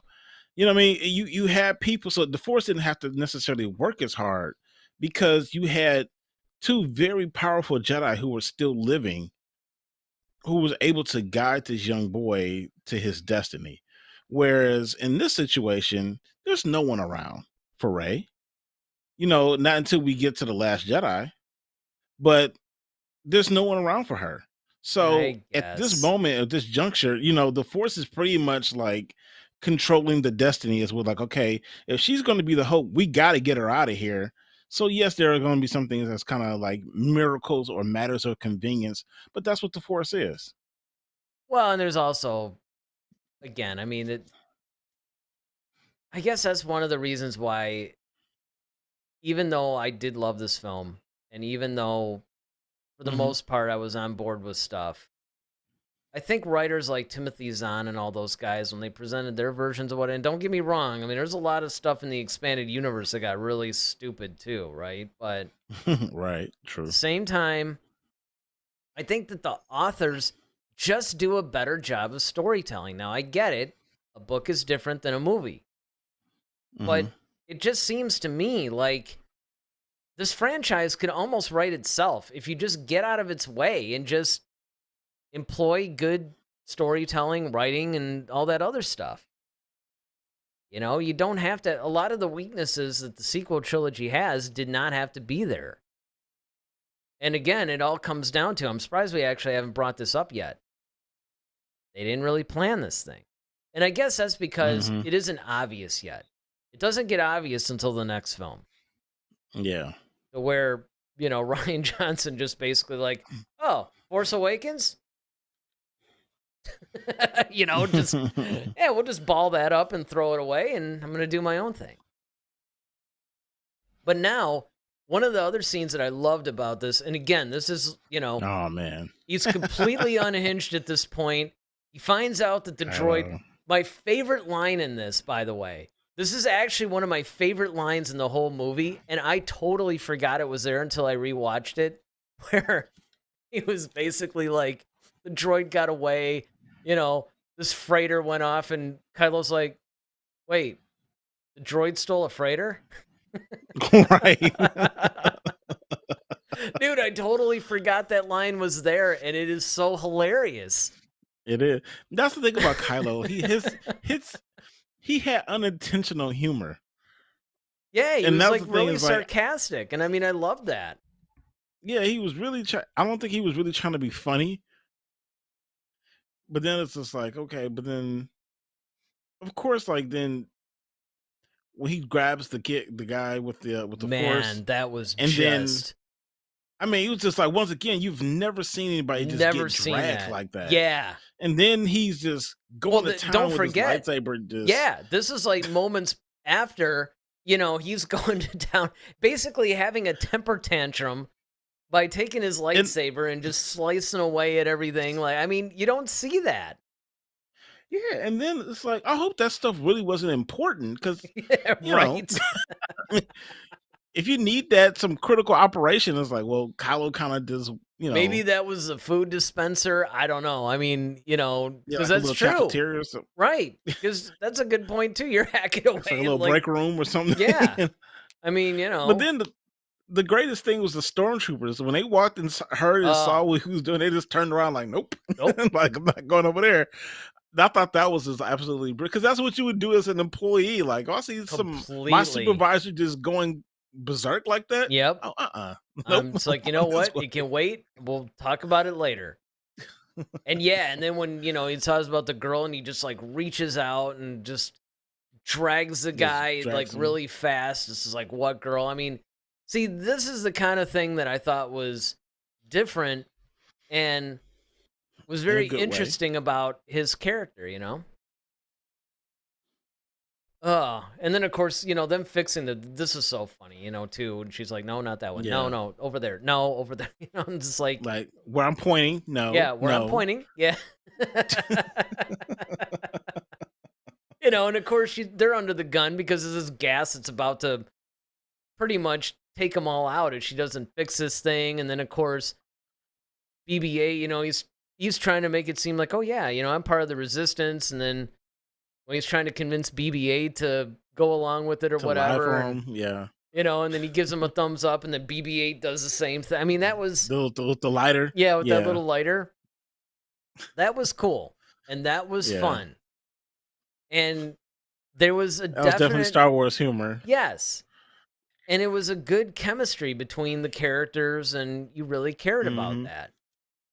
So I thought that was good, and that was something that they definitely did right in this film. And then, of course, Ah, we get the big man. one, right? Yep. The chill-inducing moment, the thing that we saw in the trailer when, they basically are hiding in the smuggler's thing, and then you hear somebody breaking into the ship, and it's Han and Chewie. And this is something that I never thought in a million years. Um, oh, and Charlie, he had to take off. Um, this is something I never thought that I would see in a million years. It was Harrison Ford returning to the role of Han Solo. And so consequently, seeing him as Han Solo again, I can't even express it. And in a lot of ways, from this moment on, it's his movie. Oh yeah. The same way that The Last Jedi is Luke's movie and would have been Leia's movie if Carrie Fisher hadn't passed for episode 9. But I mean, it was great because you know how much I love Han Solo. So Hmm. for him to be featured front and center, I just thought that was great. Well, yeah. I mean, I think it was awesome to see that, and to see Han back on his own. This like we're home. Like the Falcon, it means like they're synonymous with each other. Like Han Yeah. Solo and the Falcon are like a husband and wife. You know what I mean? So it's just like, Lucy, I'm home. That's kind of like what it's. So, and I remember like when we saw like everybody in the theater like erupted because it's just, yeah, now it's Star Wars for real now. Like Yeah, I already kind of They felt like it. erupted even when they showed the trailer before, and they Yeah, showed the scene, and everybody just started going crazy. But yeah, yeah. Because now it's Star Wars. Now you got Han and Chewie now back it's in the Star Wars, Falcon. exactly. It's like, all right, And what's now what's this is next? this is a good point too, because this is the first time that we're actually seeing one of the returning characters come back. Hmm. So that was nice. And then, I mean, this is another scene that I thought was really cool too, where Han Solo is kind of doing his little dance, you Hmm. know. Smoke. He's promised way too many people, too many things. Yeah, well, this is also, I think, demonstrating that Han has gone back to his smuggler past, right? Because one of the themes in this movie is that once Kylo went bad, right? Once Ben Solo turned from the Jedi and became, a Knight of Ren, Cal. and then, under Snoke's influence, all the main characters didn't know how to handle it. Luke went into exile. Solo went back into smuggling. Leia just threw herself in her politics and her work. And so this is definitely a thing. And of course, that one dude on the left totally looks like a Klingon to me. Oh yeah, especially with that blaster. That blaster kind of looks like a almost like one of the little Rathtar, whatever the weapon is. Batliff. Is that what it was called? Oh. Yeah, the little swords that the Klingons used. Yeah, Batliff. It's way off. All right. Well, these Rathtar, man, this is one of the most horrifying creatures I have ever seen in anything. These guys looks were like brutal. It almost looks like a small Rancor. Yeah, not kinda. Rancor, but Sarlacc. That's what I mean. Yeah, It looks like a small Sarlacc. That rolls. Because it got these tentacles. It does have the tentacles. That's true, and starts rolling. And of course, they did that whole thing to where it was rolling after Han Solo, and he kind of. It's like, all right, that's a very Raiders of the Lost Ark reference. Come on, I know that's what they were doing. They had to go there. That's fine. That's fine. More fan service. But I mean, this was one of those things where I felt danger. Like, I mean, of course, Han was talking about him, which was hilarious. I mean, the way that Harrison Ford delivered all the lines, he slid right back into the Han Solo thing, and virtually every scene was hilarious. Yeah. Right down when he sees BB-8 and he's like, "Move, ball." I mean, it was just great. It was just great to see Han doing that. Yeah. And now we're introduced to Starkiller Base, which once again, it's a Death Star on steroids. This time it's actually embedded in a planet. It's literally a Death Star. Yeah. And it's really, I mean, this is another one of those things where, again, people talk about it being derivative. I don't know. I get it. Yes, it's another big one. But I mean, and this is what I always used to say, even on some of our other shows, right? Well, what else are they supposed to do? I mean, it's no different than every spy thriller. It's some super weapon that people are building, some government. It's another more powerful nuclear bomb or something. I mean, that's realistic. I mean, if you're the First Order, you're going to go, okay, well, we had the Death Star. Let's do something better. Now, I don't necessarily know about the mechanics of this thing. I mean, it just seems like it's kind of impractical to me. But, I mean, it did wipe out like 5 planets, so, more power to them, I guess. But literally. I don't know. Yeah, I mean, Starkiller Base, I mean, the thing about it is that, unlike the Death Star, it can't move. Right. Right. So it's like the Death Star, Death Star actually had, we talked about this on our, maybe 2 shows ago, where it actually had its own hyperdrive and it can go through hyperspace. Hyperdrive, yeah, the thing was like crazy. And so yeah, but Starkiller Base is, like you said, it's actually on a planet. So it's like any place that they want to control. Now, I don't know the range. Now, see, that's the thing too. The range of that thing is got to be insane, because that thing was shooting planets, and I don't think they were just necessarily just, a couple 100 feet away. Like, no, that thing was, shooting here's my other problem across with it the galaxy. So just depending on its range. Well, because the other thing it had to do was like drain the energy of a nearby star to even power the thing. It's like, well, what kind of a cosmic ramification is that gonna? That'd be like, yeah, we're gonna power this weapon here on Earth, but we have to drain the sun of its energy before we can fire this thing. It's like, well, that probably isn't a good idea. I mean, if the sun goes out, I think we have bigger problems. And I mean, there's just a lot of weird, they didn't really think this through. Yeah, it's kind of like they're trying to do too much, trying to combine sci-fi and fantasy too much, and it just doesn't really work on either level. So I don't know. I sort of have mixed feelings about Starkiller Base, but again, I'm like, okay, it looks cool. I'll just let it go for now. I'm not going to think about Unless this what the too whole much. thing is, because you know how they were planning on building a bunch of Death Stars. Yeah. Maybe they were trying to make a whole bunch of different bases on different areas so that way they can control different sectors on different, you know what I mean? Like I find a know. base that like, like Tatooine would be prime because it's got two suns. Right. But again, I mean, that's just the thing, though. But it's sort of like, okay, you drain one. Well, now what are you going to do? I mean, Well, unless I it don't think is it mobile drains it somehow. completely. I They think it did just, say it abs- drained it completely. That's why it I went think it dark just, and it had the whole winter thing going and all that. And well, yeah, I think it does it for a period of time. But of course, the sun refreshes itself. well, I So I wonder how think they there's a, worked that out. Still, that's just like, you well, got to think about that too much. yeah, I know. You know?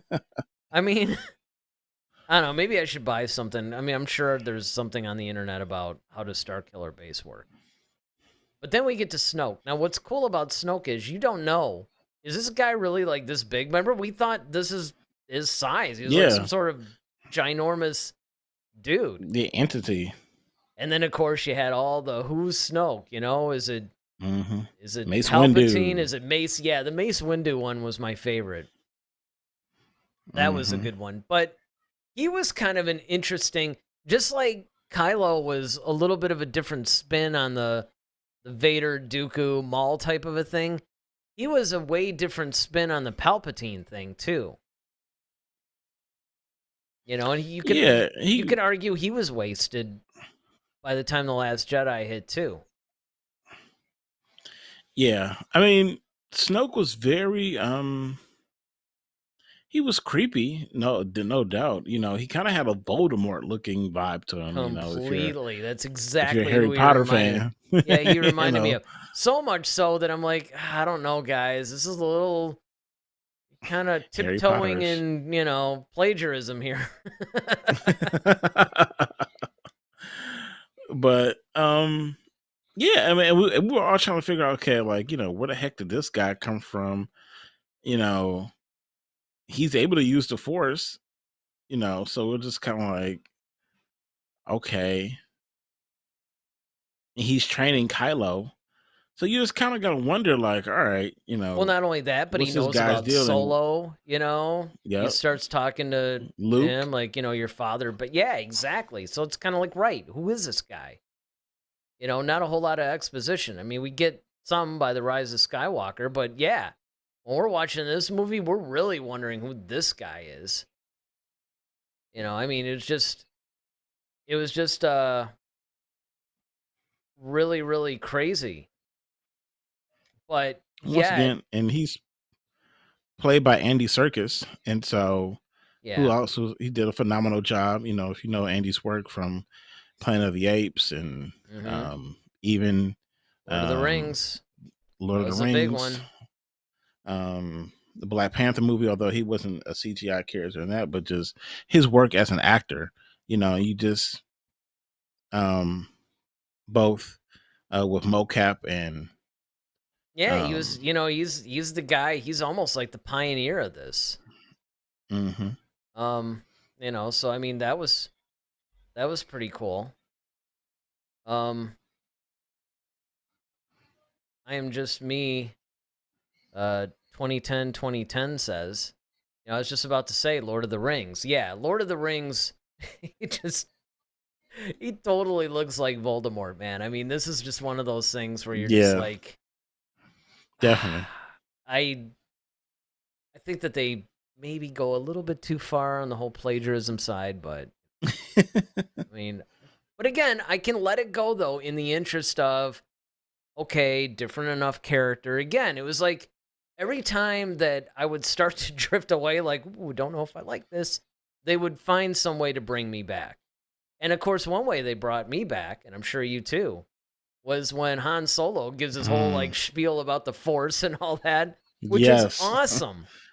I mean, this is absolutely. just completely awesome. It's just kind of like the Force. It's all true, all of it. It's Especially coming from a guy when you see episode 4. That's the other thing I love.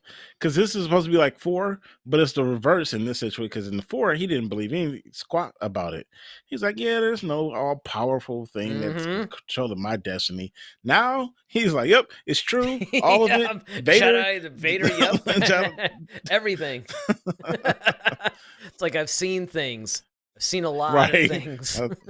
And then especially when you find out, who his kid is, and he's like, so it really hits home for him. Like, Well, and then that's he's the thing married to a that Force user. well That's that's another. I see mean, his that's the thing that brother-in-law's a was Force. I mean, I it's know, just and that he's was the surrounded thing. by that stuff. Yep.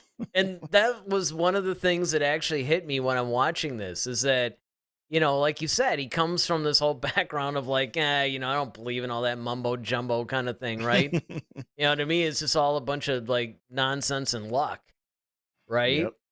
But, then he gets to the point to where, like you said, first he marries a Force user. His brother-in-law is like the grandson or, no, the son of the Force. No, grandson of the Force, right? Then he's dealing with Hmm. all this stuff. He's probably just thinking, man, what is all of this? Yeah, You he's know? probably had to sit down like after the, at the end of Return of the Jedi. After that's over with, and they probably got married.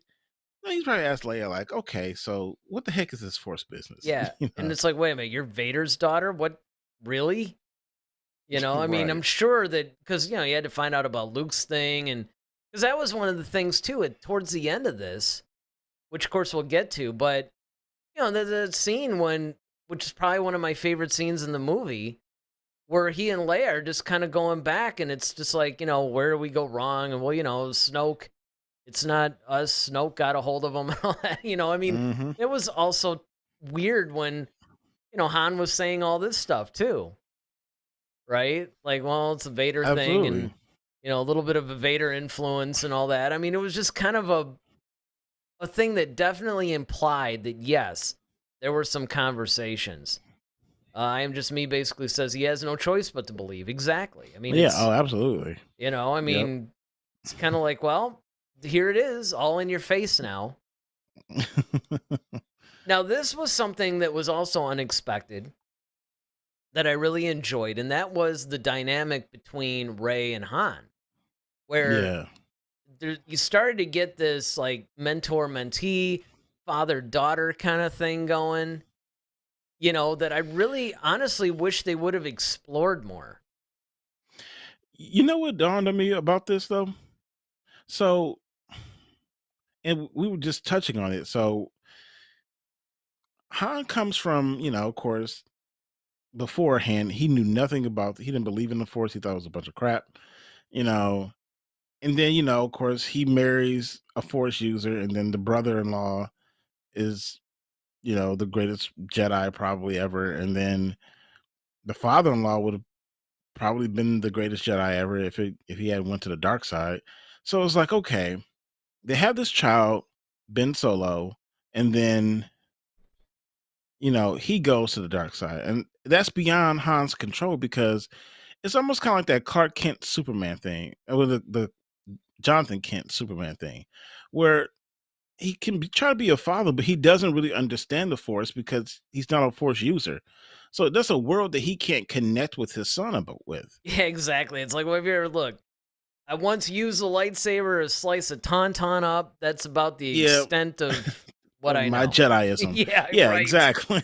Like I could turn it So on, but that's about it. right. But that's the thing with Han, whereas he instantly had kind of a connection with Ray though, because Yeah. one, she was doing things with the Falcon that he was like, oh yeah, okay, you know a little bit about this. And he sees that she's got that spirit, Mm-hmm. and he's kind of like, okay, this is almost like another chance of I redemption was for him. just gonna Like, say that, man. It's so true. It's like another yeah, shot. Well, he has maybe I could another do shot this at being right. a parent again, but Yeah, this time the kid is more like me than right. Like I don't know what you this see what I'm guy's saying. about. I have no idea. Well, that's what was so funny with the whole it's like she's like, well, you should go reach. It's like I don't know what to say to him. And If him, yeah, Luke it's like couldn't reach him, how am I going to? exactly. Which Like this is your guys' thing. Like I don't, right. you know. Exactly. It's kind of like, look, man, I mean, this is your thing. This comes from your side of the family. Family, You need to right? be the one to deal with this stuff. You know, Yep. I didn't tell him he could deal with like Snoke and because I mean the comics basically tell you how Kylo sort of met him in a way. Like, I mean, he had already known him and how Snoke sort of got to him, but still don't know how he met him. So I'd like to see that Yeah. explored a little bit. I'm just me says it's like the child he, never had, or should I say almost had. Right. Yeah, absolutely. And that's one of those things where I think it's really important to point these dynamics out because these are the kinds of things that I think are overlooked when looking primarily at the sequel trilogy. Look, we will be the first person, just wait till next week. We will be the first people to say, yes, there are issues with these films. Okay, we're not Star Wars apologists. We know. We're well versed in it. We'll tear it apart just as easily as anybody else. But I think in all fairness, though, there's a lot of really cool themes and things that are explored. Granted, maybe it was a little bit more subtext. The subtlety of it might have been maybe a little too much in some cases, but there's a lot that you can dig in with these films.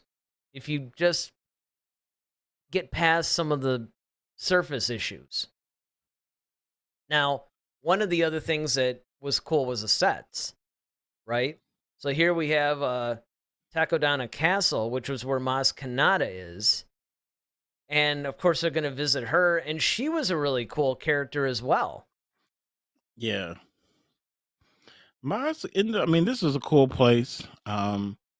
Yeah, because it It's had those like cantina vibes too when you went into it. mm-hmm. Yeah, it's kind of a nice, and it's cool. It's very scenic. It's very green. You got a nice, it's kind of built on the lake. Mm-hmm. So um, it's really cool in that way. And then when you finally kind of, scale over the walls, you have this really cool cantina vibe that once again you get in episode 4. And then we run into the proprietor of this castle, Maz Kanata. And so Maz is played by Lupita Nyong'o, or voiced, I should say, more or less, by Lupita. Yeah, I don't And know. Did she do motion capture for this? I'm not sure. She may have. she might have done mocap for this. I thought she did. But, I believe so as well. But no, you're right, though. She But definitely voiced the character, at least. yeah.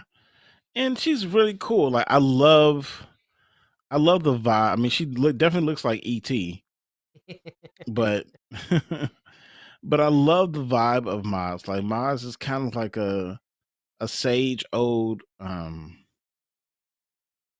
person who's definitely been around the galaxy, seen a lot of stuff, experienced a lot of things, and um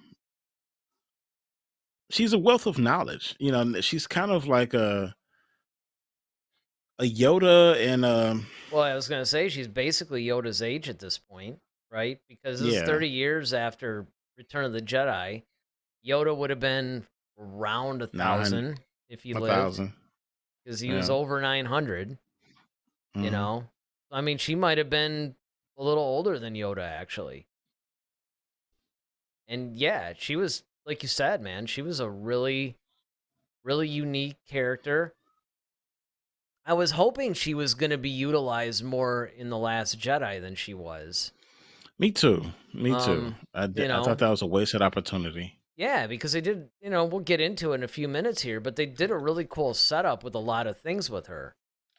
But this is the other mole that I was talking about. Similar to Unkar Plutt, I had to look this up. There's no way I knew this person's name. Yeah, I was about to say, like, how did you get this? I know. How did I get that, right? Like, wow, dude, you're turning into one of those guys.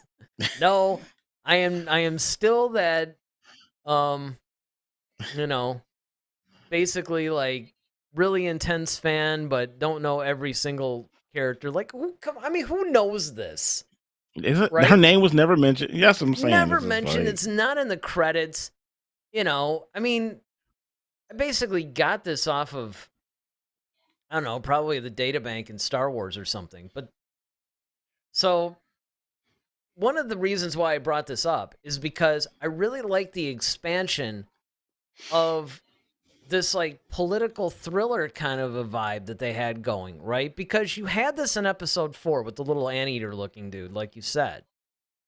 And it was enough to imply that, yes, there were people that were in league with the Empire and helping them out. The First Order, though, by showing that every single place that they visit, there's somebody there saying, yep, they're here or whatever. It's implying that that the First Order basically has eyes everywhere and you're not safe. Oh yeah. And this is particularly true of Finn. And this is what Finn is trying to communicate with everybody. Like, listen, you guys don't understand what you're dealing with. We need to get out of here. You know, you guys are messing with some stuff. Yeah, the more people that are around it, there's the more likelihood there, and that's the thing. Is like you want to put you in places that are very obscure. You don't want to be in places where, like this place, you know, you got people from all over the galaxy, and you could tell you got bounty hunters in there. You got all types of folks. Yeah, it was like you the know, this is cantina not the on place you. steroids. Yeah, this is not the place you want to hang out when you want it, because there's way too many people out there who are looking for you, and yeah, as we see, you know, they were found. So I Am Just Me basically was confirming that she did the voice and the mocap on this one. So that was what we had basically thought, but, you know, now it's pretty much confirmed. And then, but basically we also have the Vader connection. This is another thing that I like too, is how they tied in Vader, Kylo. Kylo, you know, is basically Vader's grandson. And the whole scene with I'm going to finish what you started and everything else. I mean, obviously he didn't get the memo that Vader actually was redeemed and pretty much renounced all this stuff. But what's interesting to me is in this, there was concept art because what they were going to do was actually have an Anakin Force Ghost and a Vader Force Ghost. And they had the concept art of the Vader Force Ghost. And it was almost as if Anakin's essence sort of split in two. Like there's a dark side version of him and a light side version of him. And as intriguing as that would have been, I'm glad they didn't do that. Because to me, once again, now it's convoluted. You're screwing around with the mythos too much. It's like, look, Anakin realized that he was wrong, basically came back to the light side, died, now he's back, everything's good. You know, we don't need a Vader Force Ghost and an Anakin Force Ghost, but you do think that... As cool as that would have been, that still would have been weird. Too weird. Yeah, because, like, first of all, we've never seen a Sith. Because if you have a Vader Force Ghost, essentially you're saying a Sith became a Force Ghost, which we have never seen done before. We haven't seen it, but apparently there's like a Sith spirit is what they're called. Let me get this in, because I Am Just Me's got a couple here that he was like, is that like a good angel or bad angel type of situation? Basically. Glad they didn't do that too. Yeah, well, I mean, that's it, right? I mean, and you would have thought, and this is just showing inconsistencies here.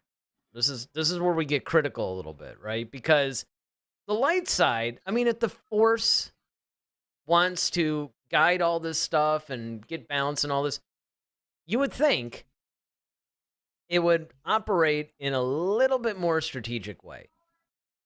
So, yes, I get it. And we find this out. This will be explored more in the next movie, where the whole, you know, dark side rises, light rises to meet it, as Snoke had said. Mm-hmm. But don't you think it would have just made more sense if, I don't know, Force Ghost Anakin had just popped up to Kylo and said, hey, excuse me, we're good now. Go back to being Ben. This is stupid. Snoke is using you. You know, I mean, just to me, having Anakin just kind of sitting down and having a chat with him would have made more sense. I don't know. Yeah, and have Kylo reject it for whatever reason, whether he thought it was a trick or something, you know. But I would have loved to have seen that, you know. Yeah. Like Kylo could still go ahead and do what he did, But Vader just, I mean, Anakin just appearing to him, trying to explain it to him, like, you know, no, dude, like, No, I like that. Him initially thinking it was a trick, because then when he has that vision of Solo visiting him, it would have almost added, it would have bookended it, I think, in a nice way. mm-hmm. Okay, so getting back to our heroes, this is where Finn basically is talking about, like, hey guys, just kidding. I'm not really part of the resistance. I'm not a big Stormtrooper deal. fleeing the First Order. Yes, exactly. And I really like the scene too, because this is where Finn is basically saying, look, you guys don't know what you're dealing with here. We need to just get away from this. And obviously, Maz is basically sort of seeing through him. And this is where the thing is, where Finn is always trying to run away. This is where we learn this about him. And I thought that this was kind of a nice scene, actually, between everybody. Yeah, I mean, Maz, and that's the thing about Maz is even now, even to this day, she's still such a mystery I because you know. really don't know. Like, it almost seems like she has some abilities, may not be the Force, or maybe just barely, There's some just deleted enough. there's deleted scenes, actually, and they put this on the Force Awakens Blu-ray and even in the digital release, where stormtroopers are storming the castle, and she does use the Force to bring down some rocks or something on them. And Mm, so the idea is that the Force, she's like Force sensitive, and she kind of has some Force powers, but she's not really like a Jedi or anything like that. Just kind of like a right, real lightweight surface Force user kind of thing. But right. You could yeah, do basic right. things like maybe have some visions, maybe able to, Yeah. But like you said, though, you would never know that just watching this, right? You got to go to the source, like a bunch of other source material. Well, speaking of which, Rey goes down, finds Luke's lightsaber, which, how did Maz end up with that? And that was the other thing, too, is that, you know, Han found out. He's like, well, how'd you get that? And she's like, well, that's a story for another time or whatever. It's like, right. that's never paid off. No. It's like, oh, I want to see that. But this whole vision with Rey, I remember when this movie came out, this was a big, big thing. Remember, everybody was trying to interpret all the Oh scenes in man, it, and including all the us. voices. Yep, I mean, we were right there too. You go back and listen to That's some part of of the the fun, though. older episodes, and it was like Ewan McGregor doing Obi-Wan's voice, going, Rey, these are your first steps. Although they had actually combined some of Alec Guinness's lines with the stuff that Ewan McGregor said, and um, you know, Yeah, and this is the first time we ever seen something where like almost the Force lives in objects. yeah, yeah, that's a good point. That is a We've never very good seen point, anything. actually. We've seen him like live in like spaces like the dark side of the Force in the cave. Hmm. It's kind of haunted in a way, but we've known about Sith spirits and that type of stuff. So that wasn't so new to us. But the fact that you can touch something and the Force starts like builds a connection with you and then starts showing you a bunch of stuff and visions like we've never seen anything like that before. So that was a new thing that they brought into Star Wars, but I thought it was interesting. Well, that's it. I mean, there's a lot of really cool things that they did bring in that were good. I mean, there was some stuff where, you can argue that maybe this wasn't great, but yeah, there's a lot of cool stuff. I'm Just Me basically says, she's definitely force driven, meaning Maz. She's like Force 101. Yeah, basically kind of like the, Welcome to the wonderful world of the yeah, Force. exactly. It's like the introductory. I just sort of took the first class, didn't really go further, but it was an elective. I needed the credit, that kind of thing. And this, of course, is after all this happens, this is where Rey's journey is beginning, even though initially I liked the fact that she rejected it. Mhm. She was like, nope, not having any of this. Take the lightsaber. I don't ever want to see this again. Right. You No, know, and this then of is your course she ends up giving thing. it to Finn, which I thought was hilarious. It's like, okay, now you got a Hmm. stormtrooper with a lightsaber. This is getting really interesting here. But I really like the way that this is sort of going. And again, there's a little bit of shades of Obi-Wan trying to teach Luke about some things. And this is because if you remember in A New Hope, Luke initially was sort of rejecting it too. Like, well, I'm not going with you to Alderaan, and I'm not, Hmm. I mean, there's some similarities. Of course, this is happening towards maybe the end of the middle of the film, but, you know, it's basically the same thing. Hero is going to begin the journey. They're beginning the journey, but they don't realize it. Right. And I like the fact that, she said, look, you're looking at your past. Really, it's the future that you need to be focused on right now, because that's where all your answers lie, which ended up Hmm. being true, actually. And then, of course, man, we get that really just slamming speech from Hux. I mean, this Yes. basically was kind of like, is this the His. First Order or the Third Reich? I mean, this is a very Nazi imagery, fascist kind of a thing, but man. Yeah, he was like sound like General Patton, basically. Making his speech. Yeah, except It's like just an insane version, man. Like spit was running exactly. down his mouth and all this stuff. He was just like, I mean, he was really into Yeah, it. yeah. He was very passionate about wiping them out and Oh just, yeah. it This was is just this is definitely some next very level. next level deep. Like I think you have some issues you might need to work out here, but it was a really cool image though, and it really gave you this very sinister vibe. And I really appreciated that because this is the first time that you ever see something like this in Star Wars. I mean, the closest that you come is probably at the end of Attack of the Clones, where all the clone troopers are sort of standing like that, and they're showing all the Star Oh, Destroyers, and then they pan over yeah. and Everybody's. Palpatine's looking on. Yeah. Yeah. And you're kind of like, I guess it's beginning then. So yeah, Yep. that part was really cool. And then, of course, this is where Star Killer just shows exactly what it's doing, where it's just like this crazy multi-planet destroying thing, you know? And yeah, this is pretty impressive. Again, they had to one-up, even though a little earlier we did talk about all the impracticalities of this thing, they did have to one-up it. And from a visual perspective, it was cool. And then I think it was Osnian Prime. I think that was where the new capital of the New Republic was or something. And then that got wiped out. And again, I guess if I had any issues with the entire sequel trilogy, this film included, it would be that we didn't really get to see a lot of, the ramifications of the New Republic. It's like you had the New Republic and then essentially it's shaken to its core because for the most part it's destroyed. And they're very much now experiencing what the Empire experienced, where you had remnants of the Empire fighting for supremacy back during the time of the Mandalorian. And now you've got remnants of the New Republic trying to, pretty much get their bearings again and feeling kind of alone. I thought that could have been explored more.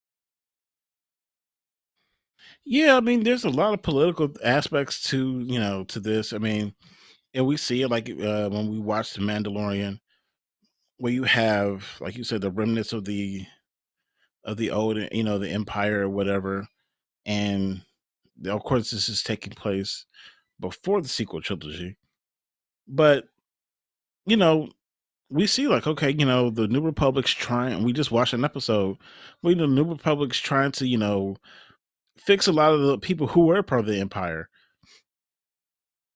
As far as their mentality, their mindsets, and things like that. And then you got to wonder, like, okay, well, when the First Order rose up, how many of those people decide to go like, oh, cool, I can go back Yeah, to my old right, life again? exactly.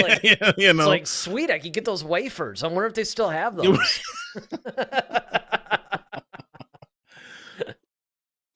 I mean, Right? because the uniforms are essentially almost kind Oh, of the that's same. They're a more well, the whole black thing than is, gray. right? I mean, it's almost like let's restart it and put a fresh coat of paint on it. But that's a good idea. I wonder how many people are like, yeah, I ate this anyway. I'm just kidding. I can't wait to get back to the Empire. It's right. It's like, all right, game on again.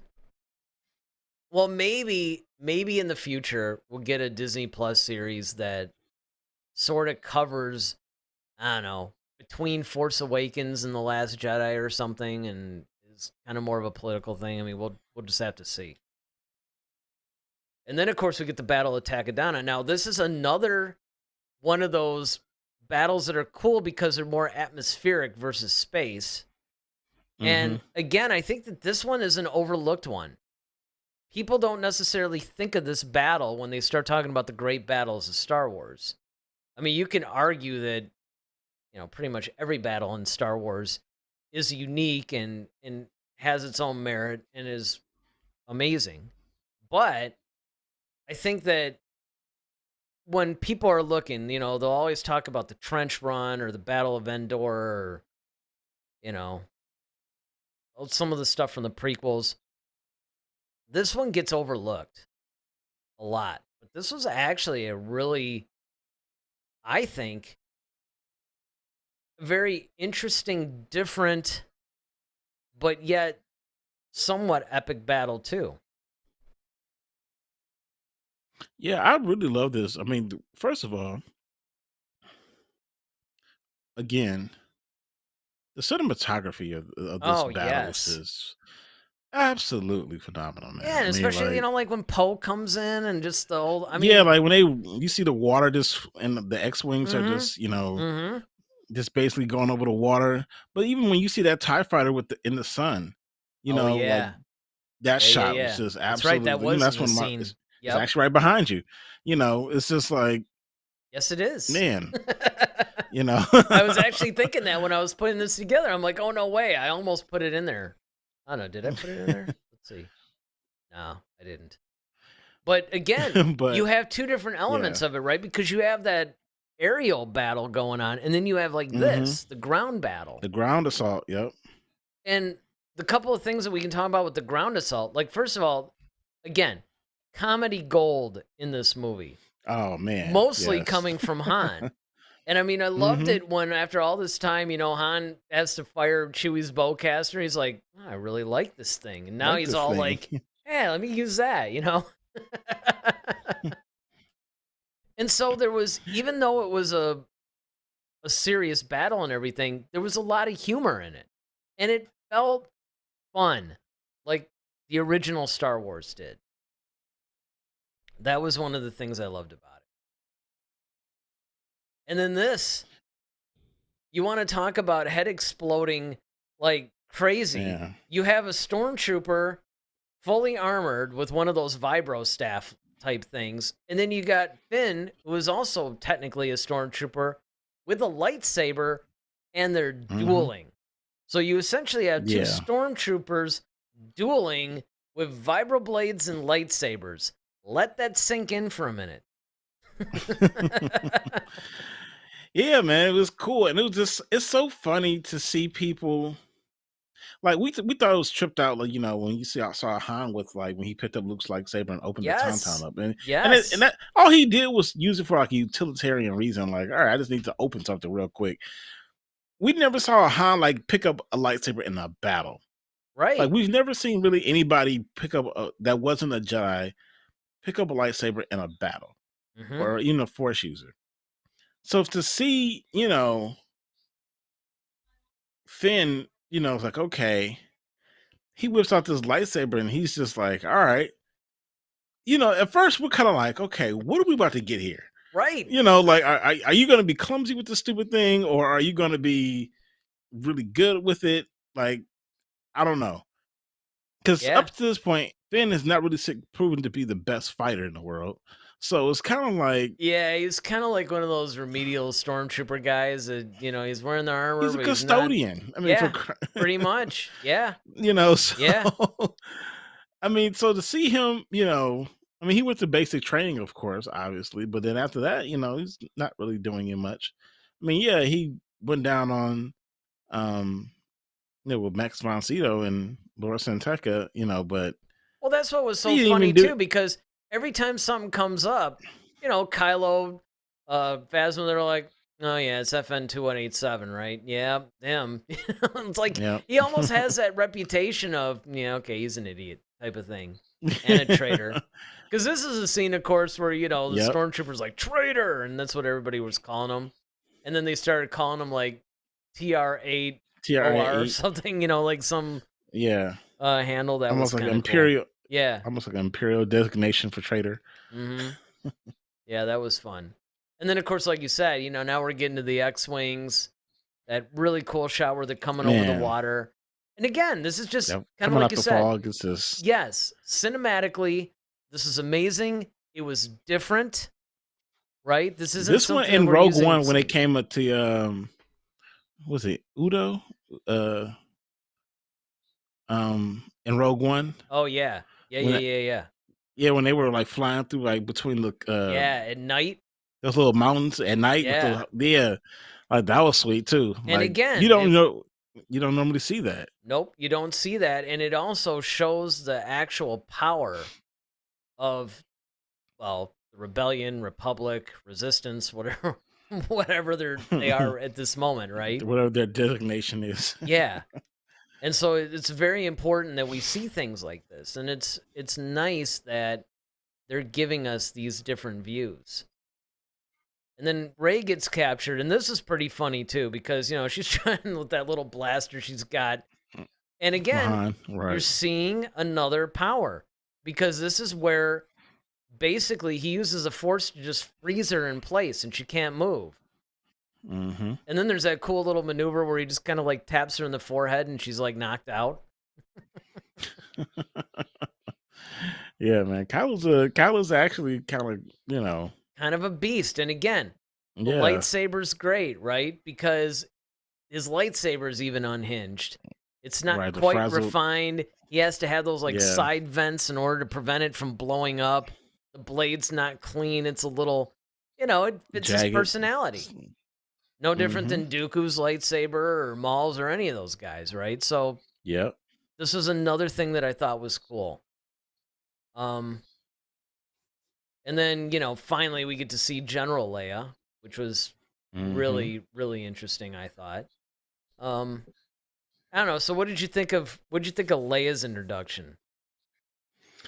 Because we were wondering like when we were going to see her or if we were going to see her, but That's a good point. I mean, we're kind of into the film at this point, It's like, yeah, we're really right, deep man. into this, Thought I saw and Carrie. you don't hear Han talk a whole lot about her up until that point either. So you're kind of like, all right, but now we see them when they finally make it to the base, and it's like, all right, Leia's there to greet them, and Leia, just has that once again that grace, but that that strong, sarcastic, Well, it thing. was It's like, oh, you didn't nice. say anything about my hair, and Yeah, I mean, it, still wearing the same jacket or something like that. I mean, there's that dynamic between the original actors.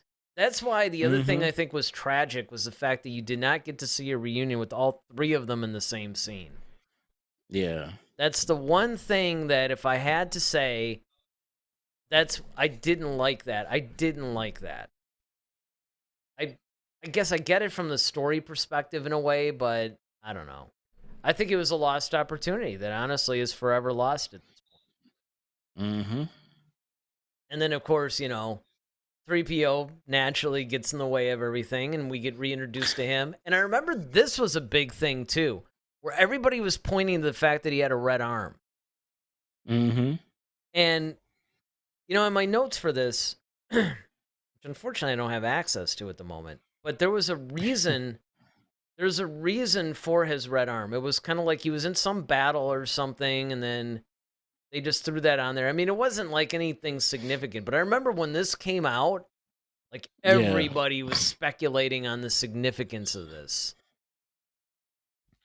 And it's like red too, so it's kind of Right. like it's not like blue or Nah, a it's green kind of arm like, or a gray one. what are you It's trying to like- say over there, buddy? Yeah, it's like yeah, exactly. Like, what are you insinuating with this red arm here? Well, but then again, like just 2 short films later, it's Sith this and Sith that. So You know, Yep.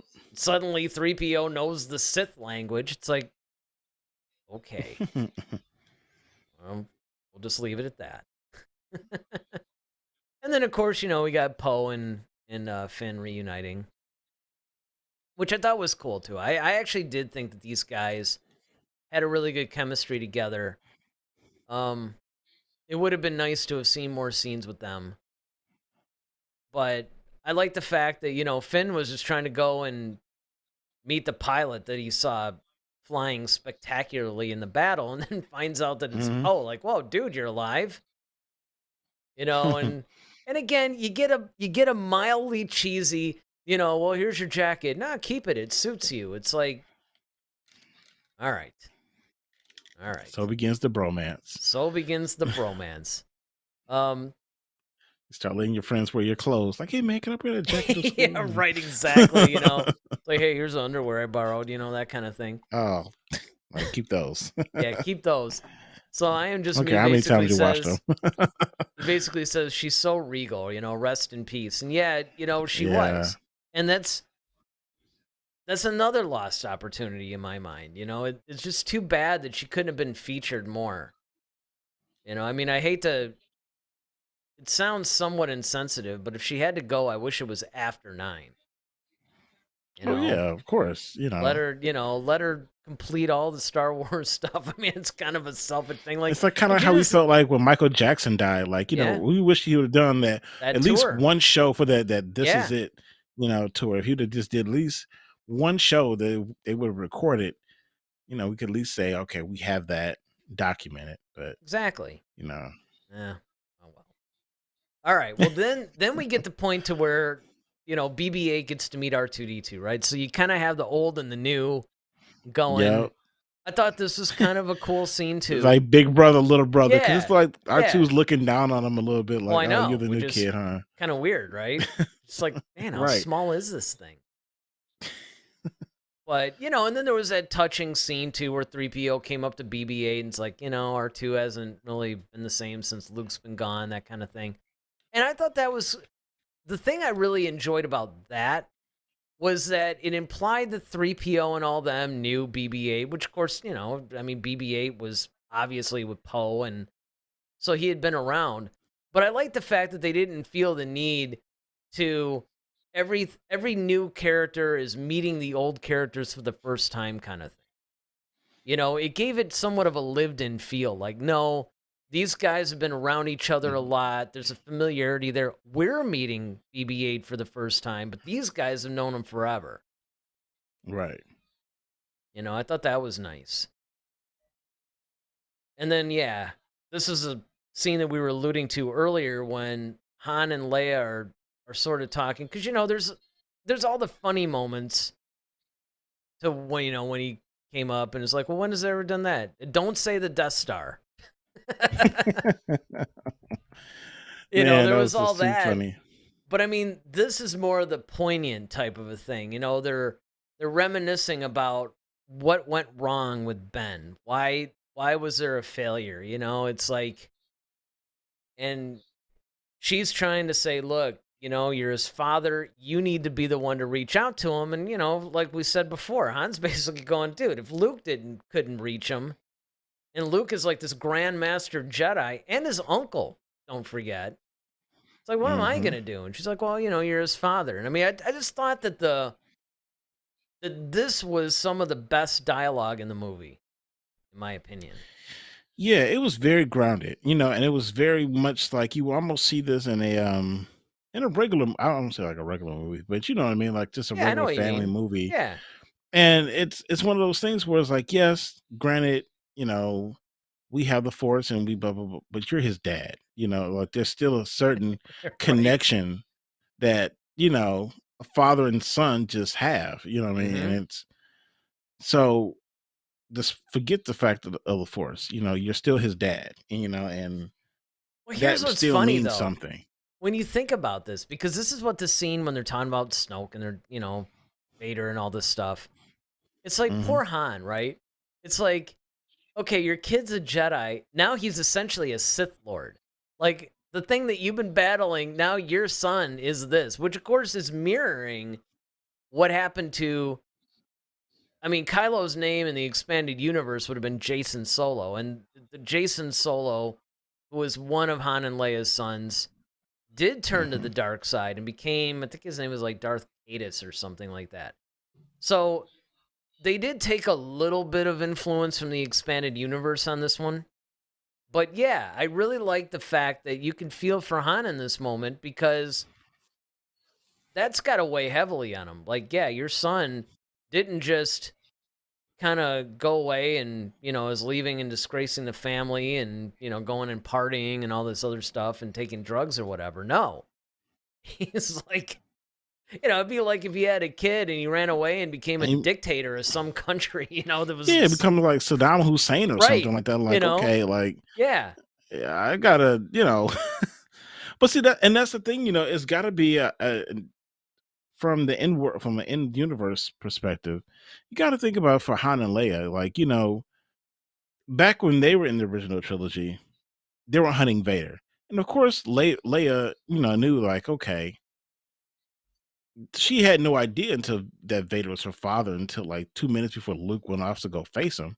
But Right. even then, Luke went to go face him, so she was like, okay, well, And dodge I just that have to deal bullet. with the fact. Yeah, right. Yeah, well, I just have to deal with the fact that he's my dad and whatever. But the thing is, this time they're like you just said, like they're the parents of this kid, and everybody else, like the entire resistance, is like, let's just kill Kylo, and they're kind of like, no, can we just find another way to do Yeah, it because right. Well, and it's still our kid. You you know what I bring mean? up a good point too, because Luke and Leia had to deal with the fact that their father was a Sith Lord.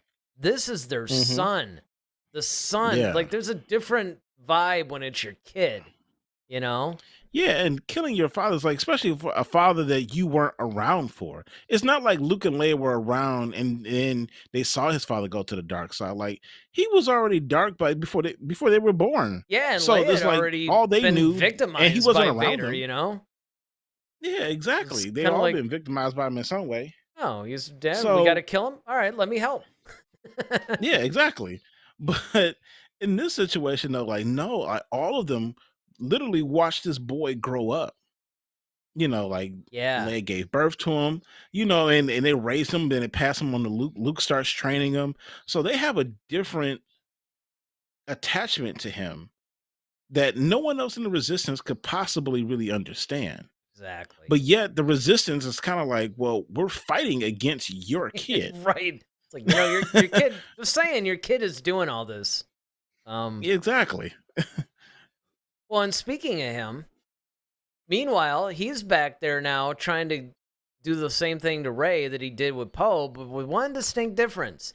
Not only is she able to Hmm. resist, she's able to actually reach back into his mind, and of course, Hmm. invoking the name of Vader, and everybody gets all, warm and fuzzy and all that stuff when she's like, you will live up to Darth Vader. And we're all like, But it is a cool little dynamic, I think, in the sense of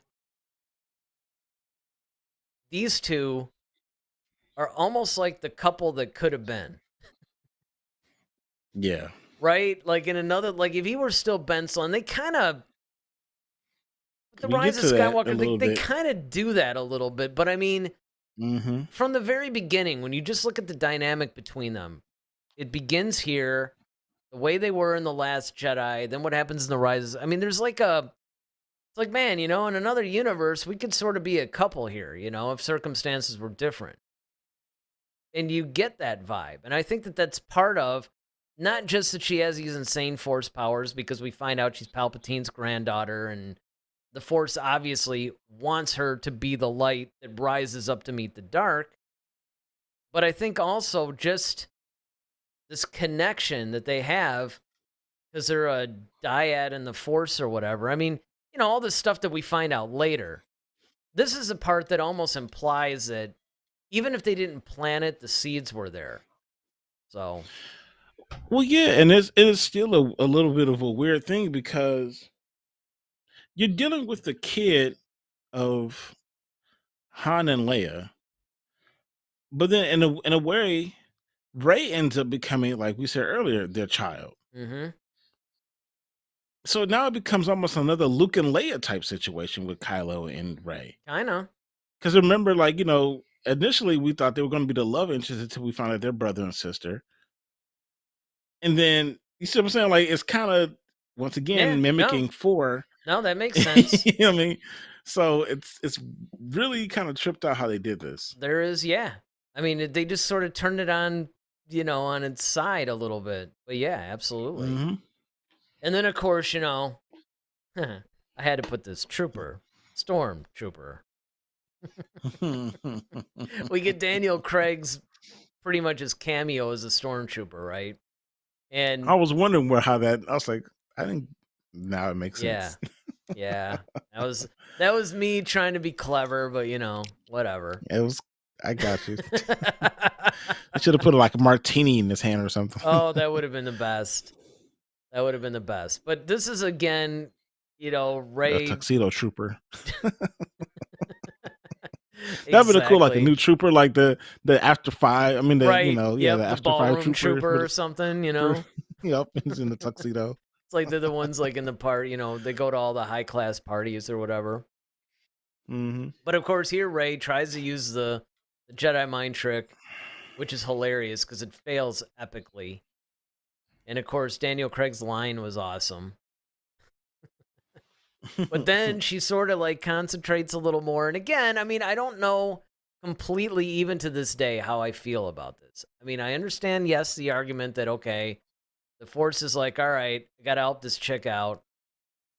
She's not really ready, but she doesn't have anybody to teach her, so I'm just going to have to give her a little bit of a boost or whatever. Do her a solid, and, when she does these evil type stuff, I'll just kind of make it work for her. But I understand it, but it was a little too convenient. Like, it was a little bit too...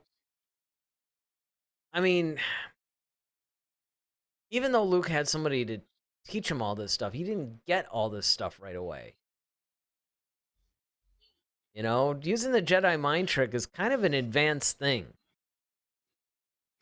Oh yeah, but I think that's the whole thing of the light rising to me. Like, it was compensating for the gap. Oh, definitely. I mean, look, the only way that you can do this as an in-universe thing is like that. I just think from a writing perspective, they could have made these points without making her this stupidly powerful right now. Mhm. You could have conveyed the same thing that, okay, she's the new hope or whatever, R2.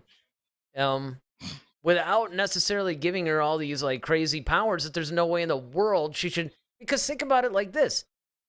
Up until this point, she's thinking Luke Skywalker, Jedi, all those, they're like a myth. I mean, it's like, it's almost the same.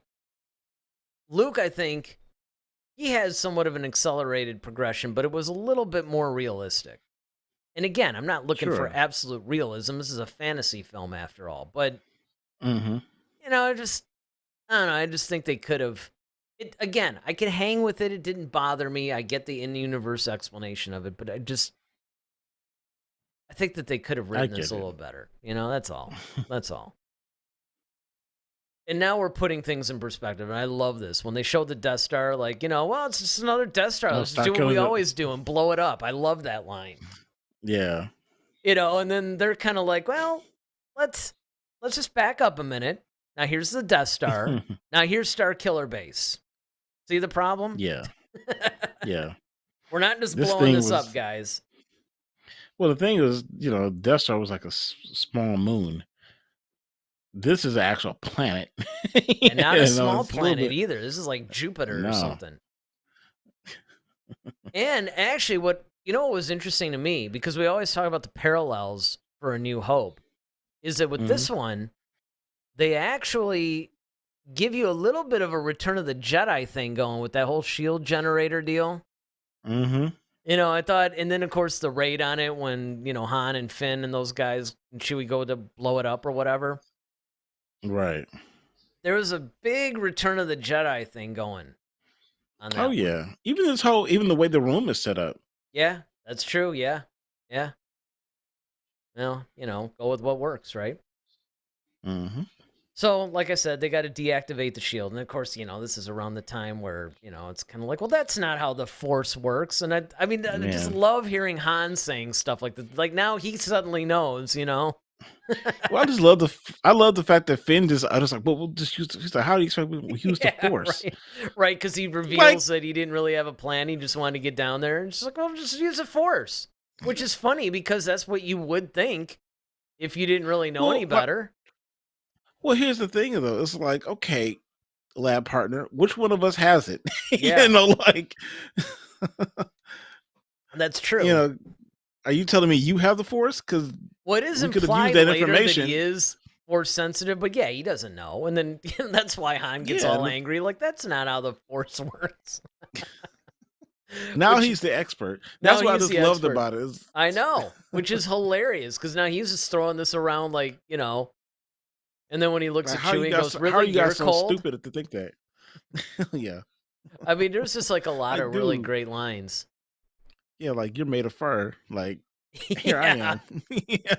Well, that's what was so great about once they get inside and Chewie hands him that coat or whatever. I was just like dying. I don't know how many people picked up on that because it's really subtle. It's easy to miss.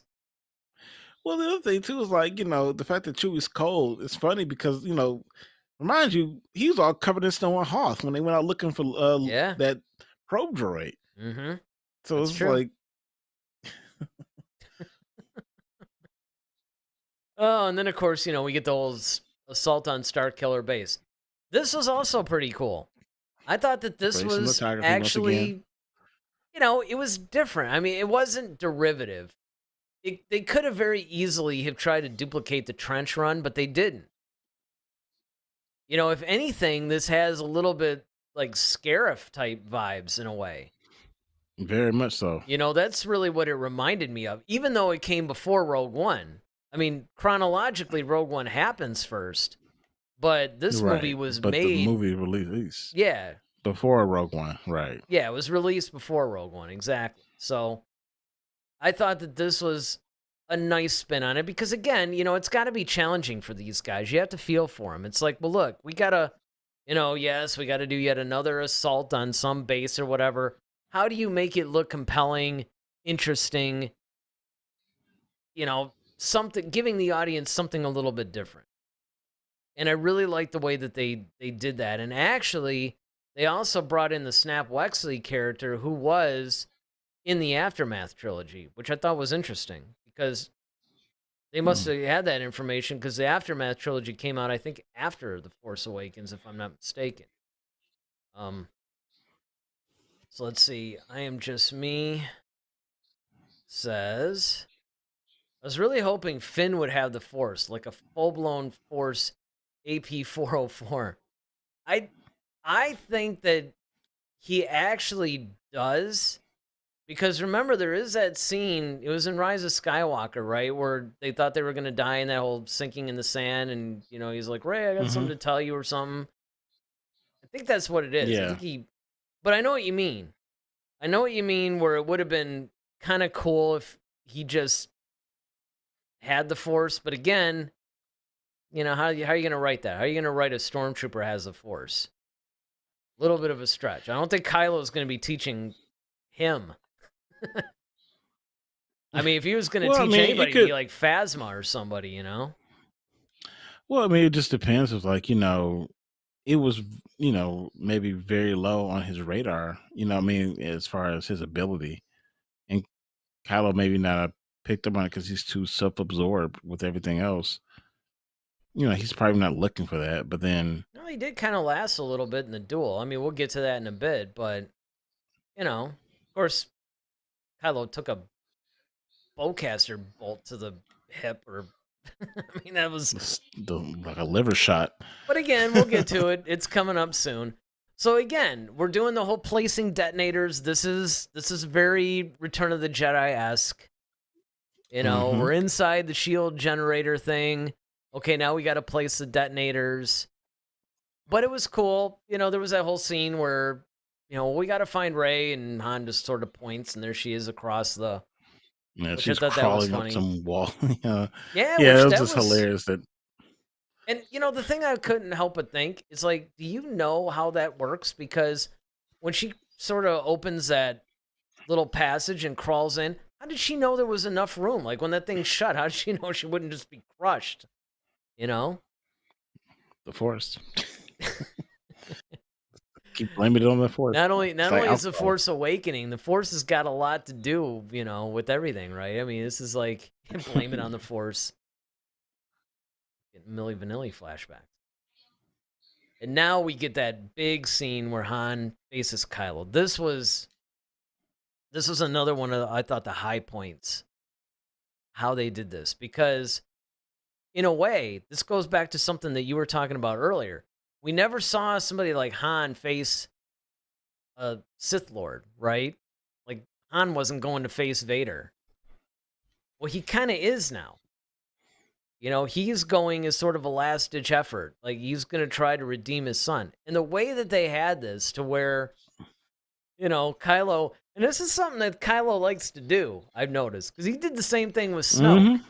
It's kind of He like, likes to play the misdirection. he kind of likes to play the misdirection, It's like, I'm going to make you think that I'm doing what you want me to do, but really, if you get the double meaning, and, Yep. you had to love this. It's like, I need to do something, but I don't know if I had the strength to do it. I mean, how cool is that? And Han's and the Han, of course, is trying to encourage him, and he's like, "Well, thanks." Yeah.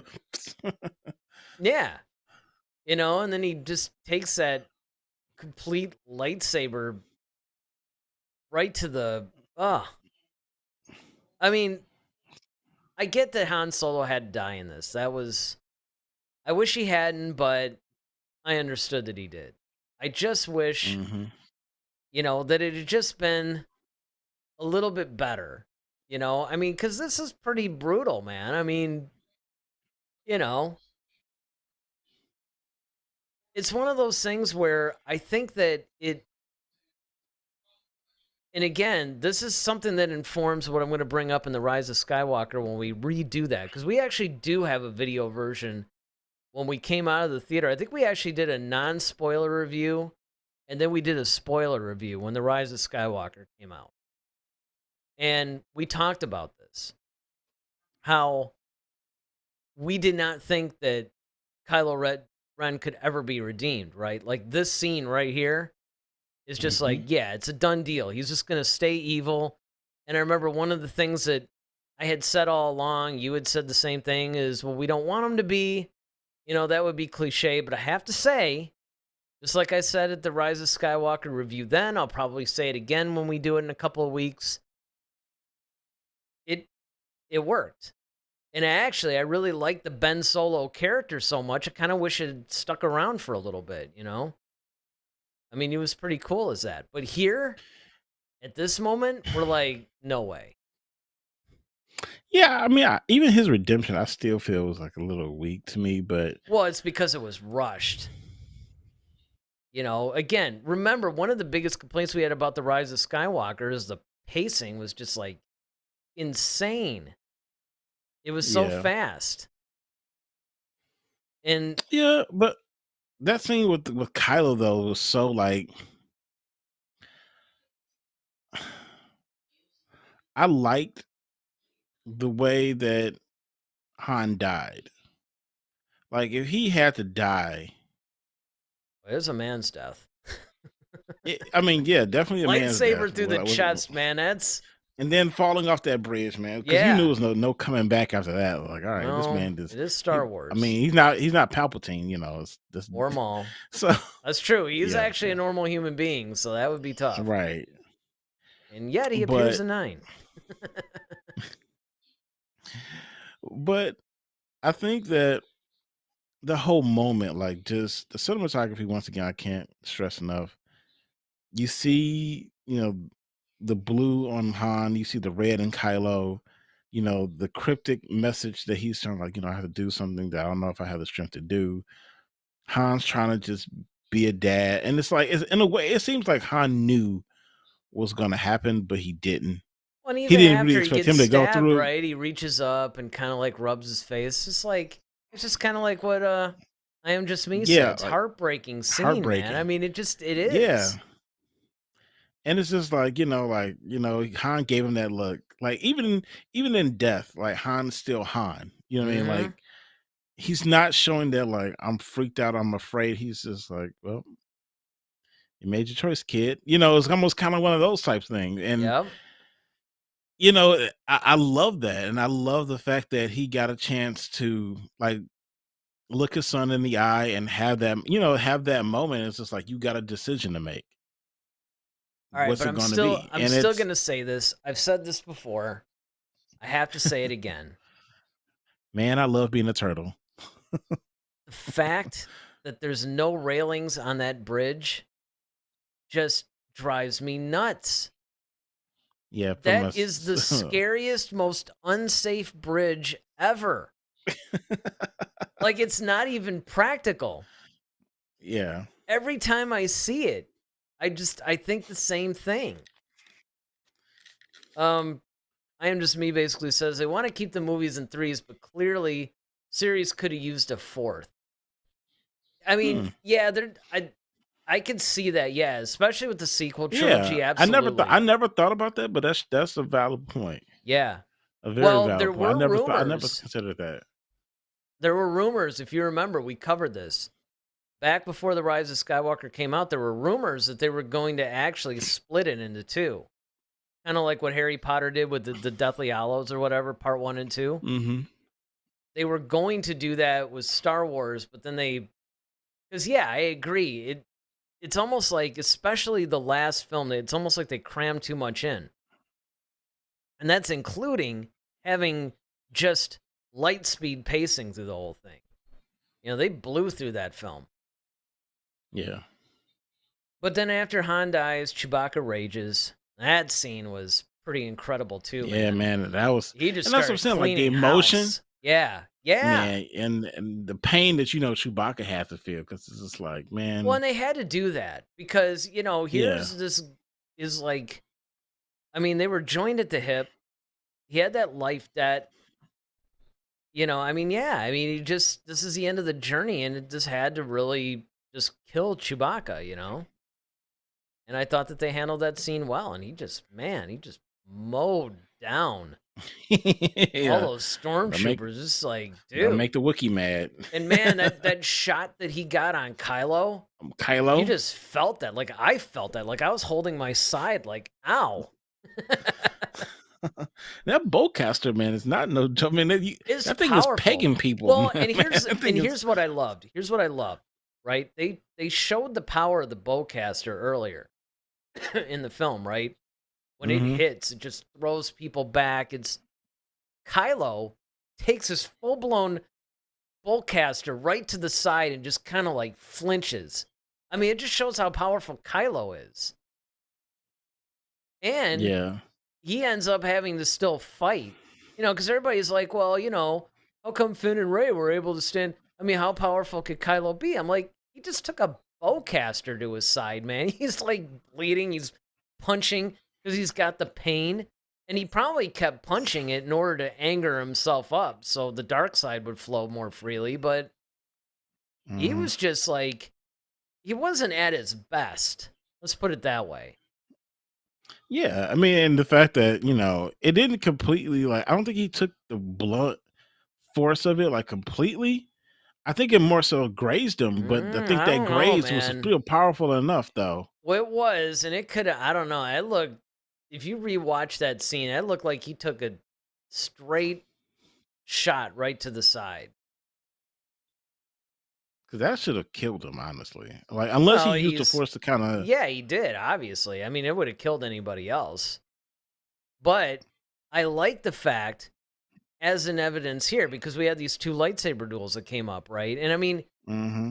in a way, from a storytelling point of view, you almost had to do this because there's just no way at the current level that Rey is at and where Finn is at that they would have lasted more than like 30 seconds in a duel with Kylo.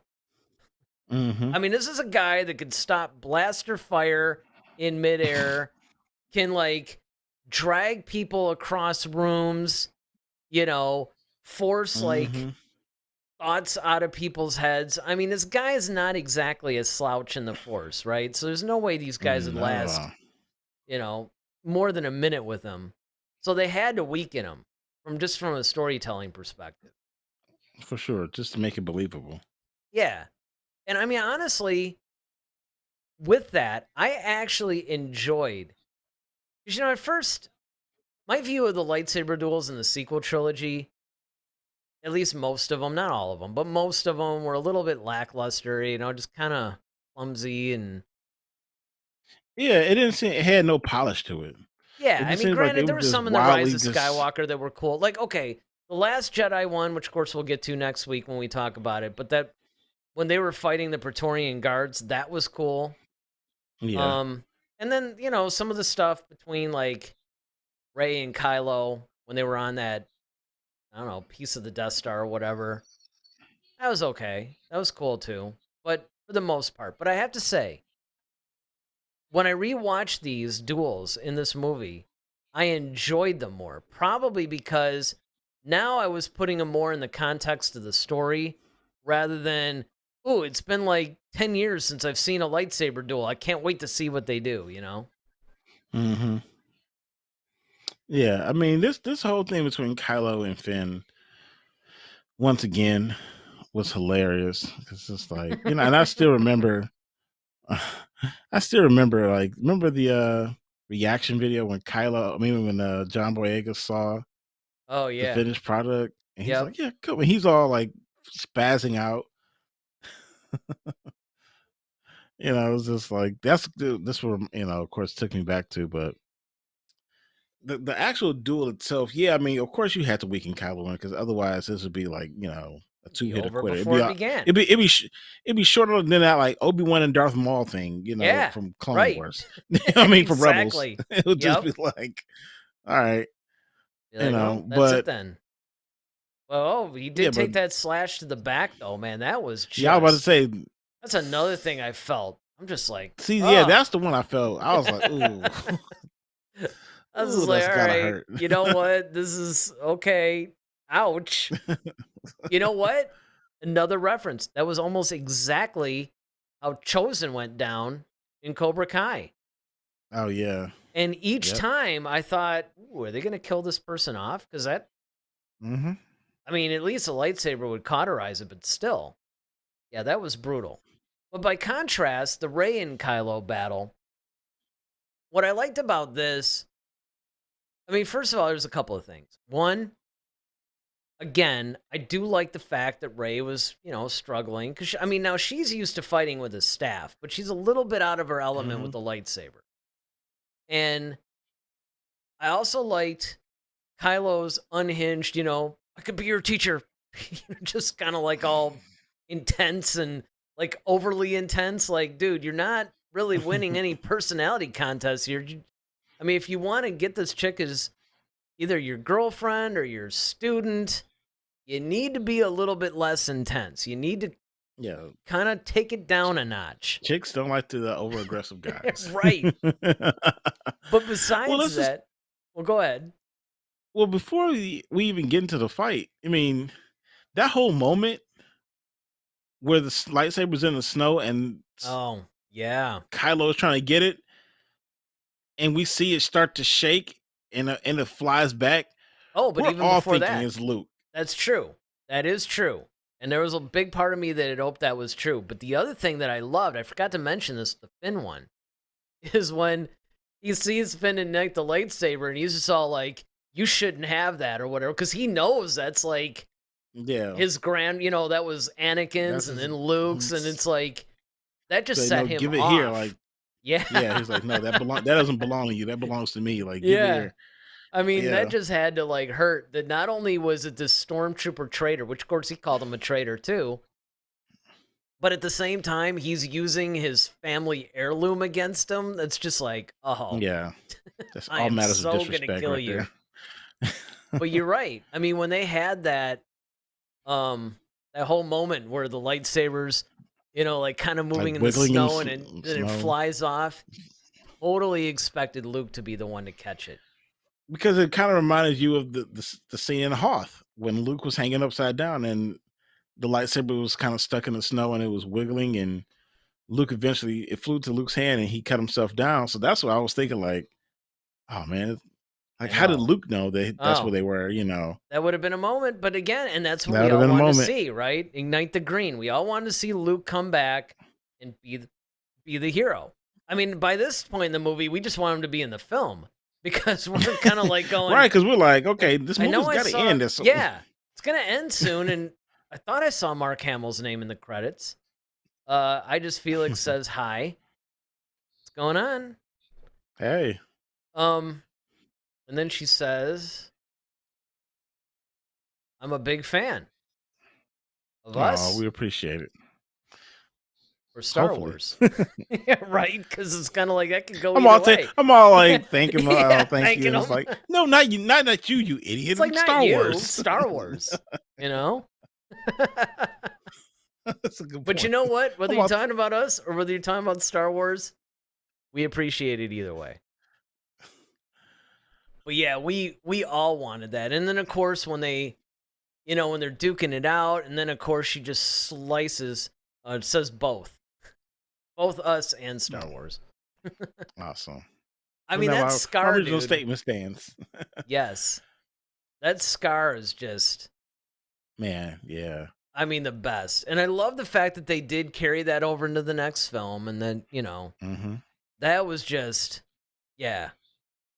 I mean, and again, like I said, this is one of the benefits of having time is that I really enjoyed these duels a little bit more, even for the duel part, but the emotional content. Like I was really, I think, focused more on that now because they've been out for a while. We've seen this movie a dozen times. Now I think I'm seeing it and appreciating it even now in a new way. And this was cool too. I have to say, at first I'm like, but the fact that, the Falcon just comes rising up, it's looking hopeless. The Star Killer base at this point is being destroyed. It's falling apart. You get this, you can't really call it an Implosion, earthquake. basically. Yeah, Like pretty an much. implosion earthquake. Yeah. Which is cool because this is kind of like the whole, okay, if you're on this super weapon and the super weapon is actually inside a planet and now it's being destroyed, okay, how's that going to be? And it was great Yeah. that, Chewbacca comes in and he's kind of rescuing him at the last minute. I thought that was pretty spectacular. And see him take over the Falcon was just kind of a moment too. Like, man. Yes. Because you're expecting Han to be in it, and it's like, nope, it's just Chewie. It's like, man, Well, and you know it's what? weird. That's true. That was kind of sad, actually, because this is the Yeah. first time that we've seen the Falcon after Han's dead. And as a fan watching this, especially for the first time, you're still trying to come to terms with the fact that Han's dead. Not to Mhm. mention the fact that being that this was such a Han-centric film, after a certain point, his absence is felt even stronger, I think. And then, of course, they kill Star Killer Base. And again, you just talk about the cinematography of this thing. This was really nice, too, because, again, it had shades of Episode 4. You're getting some of the vibes, some of the storytelling techniques and everything, but it's not a carbon copy of it. And I think that was one of the things that I appreciated, too. Oh yeah, absolutely. Now here, Yes. this is cool too because we had Leia and Rey bonding, Mm-hmm. which is funny because when you go back and you watch this now after seeing the entire trilogy, now you're thinking in terms of how Luke and her always knew that she was Palpatine's daughter or granddaughter. It's sort of, you got to wonder when they figured that out. Yeah. Because I don't think she knew here. Well, I think the thing that made it special, the fact that one Leia could feel Han when he died. We never really touched on that moment, but she felt it in the Force when Han Yeah. was actually killed by Kylo. So when Rey finally returns without Han and she sees the ship and Chewie's still there, but her husband's gone now, and it's just like but she has this bond with Ray because one, being a woman, two, feeling the force, knowing that she has the force, and she wants to, to learn the ways of the force. Well, not only that, but Han And also had a bond with her as well. So there's sort of like a yeah, mutual connection there, I think. yeah. So it becomes like a parent, like the daughter comes home but Mm-hmm. without dad, and Mm-hmm. it's, you know, Well, and again, I think that this is really an important point too, because this is going to start that we see it fully realized in Rise of Skywalker, of course, but this is the beginning of where Leia's going to end up training Rey eventually. I mean, first Luke starts to, but then Leia takes that over, and then their bond is strengthened. This is sort of the beginning of all that. And I thought it was nice that they established this now so that they could build on it later. You do see there are some things that the sequel trilogy did that were right. You know, just sure. it's just overshadowed by a lot of bad decisions. And we finally get this big reveal of the map to Luke, right? Because we know that BB-8 had the little piece of it. And this is what was funny because R2 shut down shortly after Luke left. Now they're sitting there saying, okay, we got this fragment of the map. And earlier in the film, they're kind of like, yeah, well, it doesn't really match. And he starts, we just don't know where it is. And then R2 wakes up and it's like, oh, look, I've had the map the entire time. And then they Yep. combine the piece. And I mean, I don't know. If it were me and I were Leia and all those guys, I'd be like, R2, you got a little bit of explaining to do there, buddy. Yeah, we wasted all this time. Luke could have Right? been. Han might I not have been mean, dead. Luke Lord could have Santeka's came dead. in. Yeah, exactly. It's kind of like, I mean, I don't know. I'm just saying that I think there probably should have been some words that were had between them and the But I droid, think, but Luke probably left R2 with instructions like, look, until I'm really needed, and this R2 probably figured this at the time, like, and this is probably a good moment to bring in Luke. but then again, though, don't you think that if Starkiller Base is about to blow you up, that maybe that would be the time to? Again, I know Yeah, if you but I if you guess you probably analyze have it to. too much, You got Han, you got Poe. I mean, you got all these people who are quite capable. I mean, it may be a situation where it may not be necessary, I but with guess. Han gone, I it's know. like, Oh, okay. yeah. Well, all right. That's true. All right. I'll let it go. I'll let it slide. Then Rey, of course, is going to seek Luke.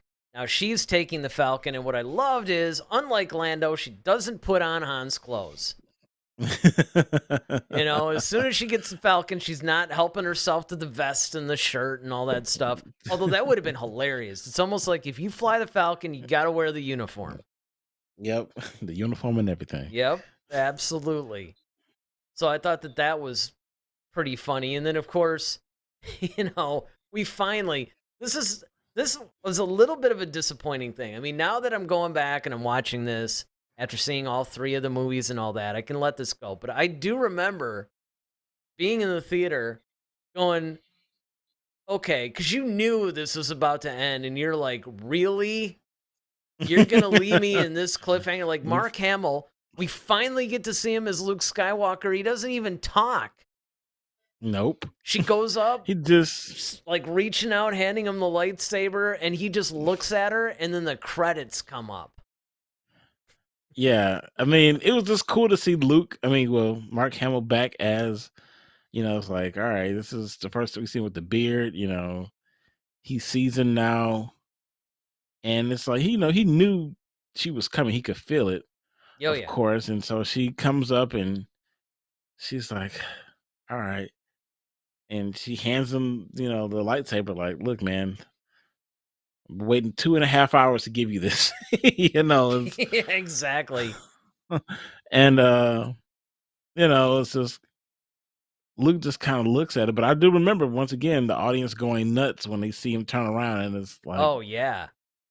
But I the mean, place and just you knew it erupts. too, right? She's going to hand him the lightsaber. He's looking like that. Then they cut to that really wide arcing shot, and you're just Hmm. going like, oh man, I just know and then boom, the credits come up. And I'm like, ah.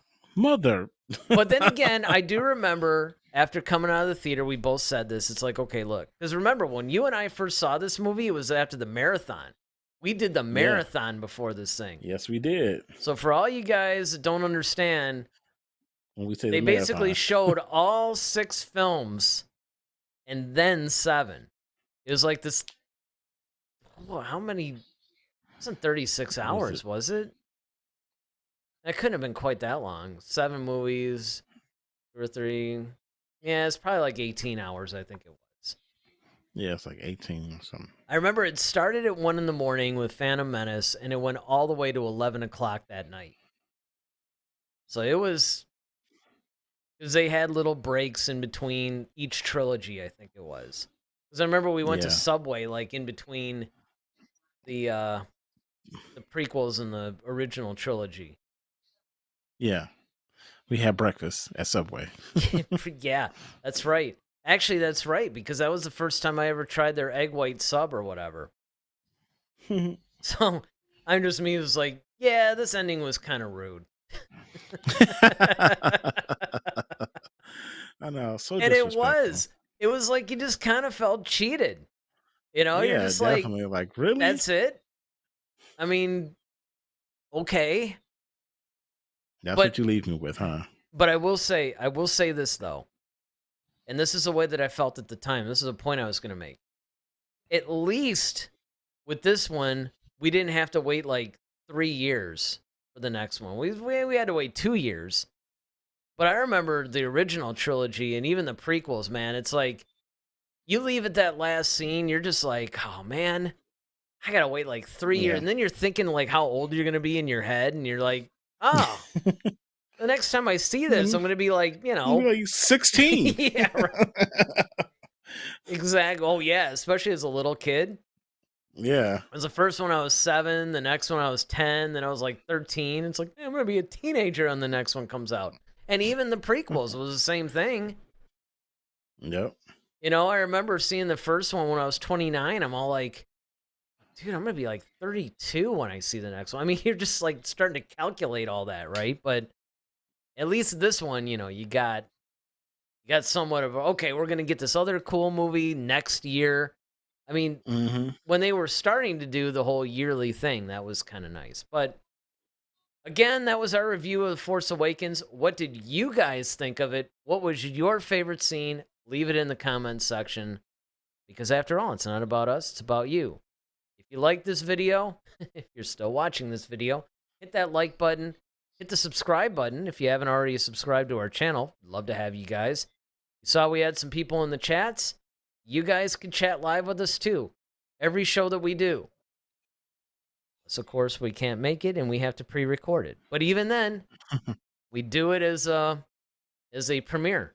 So you can still chat. And a lot of times, even if we can't be live, we'll try to get in on the chats on that. So you guys aren't going to want to miss this. Friday, we're going on for the next chapter of The Mandalorian. Chapter 21. So The Mandalorian, new episode comes out Wednesday. We're going to be reviewing them on Friday. Every Friday until The Mandalorian season ends, that's what we're doing. We're reviewing The Mandalorian. Next Monday, Lord willing, we're going to be doing The Last Jedi. So we're going to continue our What is Star Wars series. We're going to review The Last Jedi. So you're going to have a couple opportunities to see us. So hopefully we'll see you guys Friday at 8 o'clock. Till then, I'm Eric Vansel. I'm Daryl Sanders. May the Force be with you. Always. Head to Head, a Star Wars podcast. Be sure to follow us on Twitter @HeadToHeadSW. Submit your questions for our next show. Visit our official website at headtoheadswpodcast.com. Until next time, may the Force be with you, always.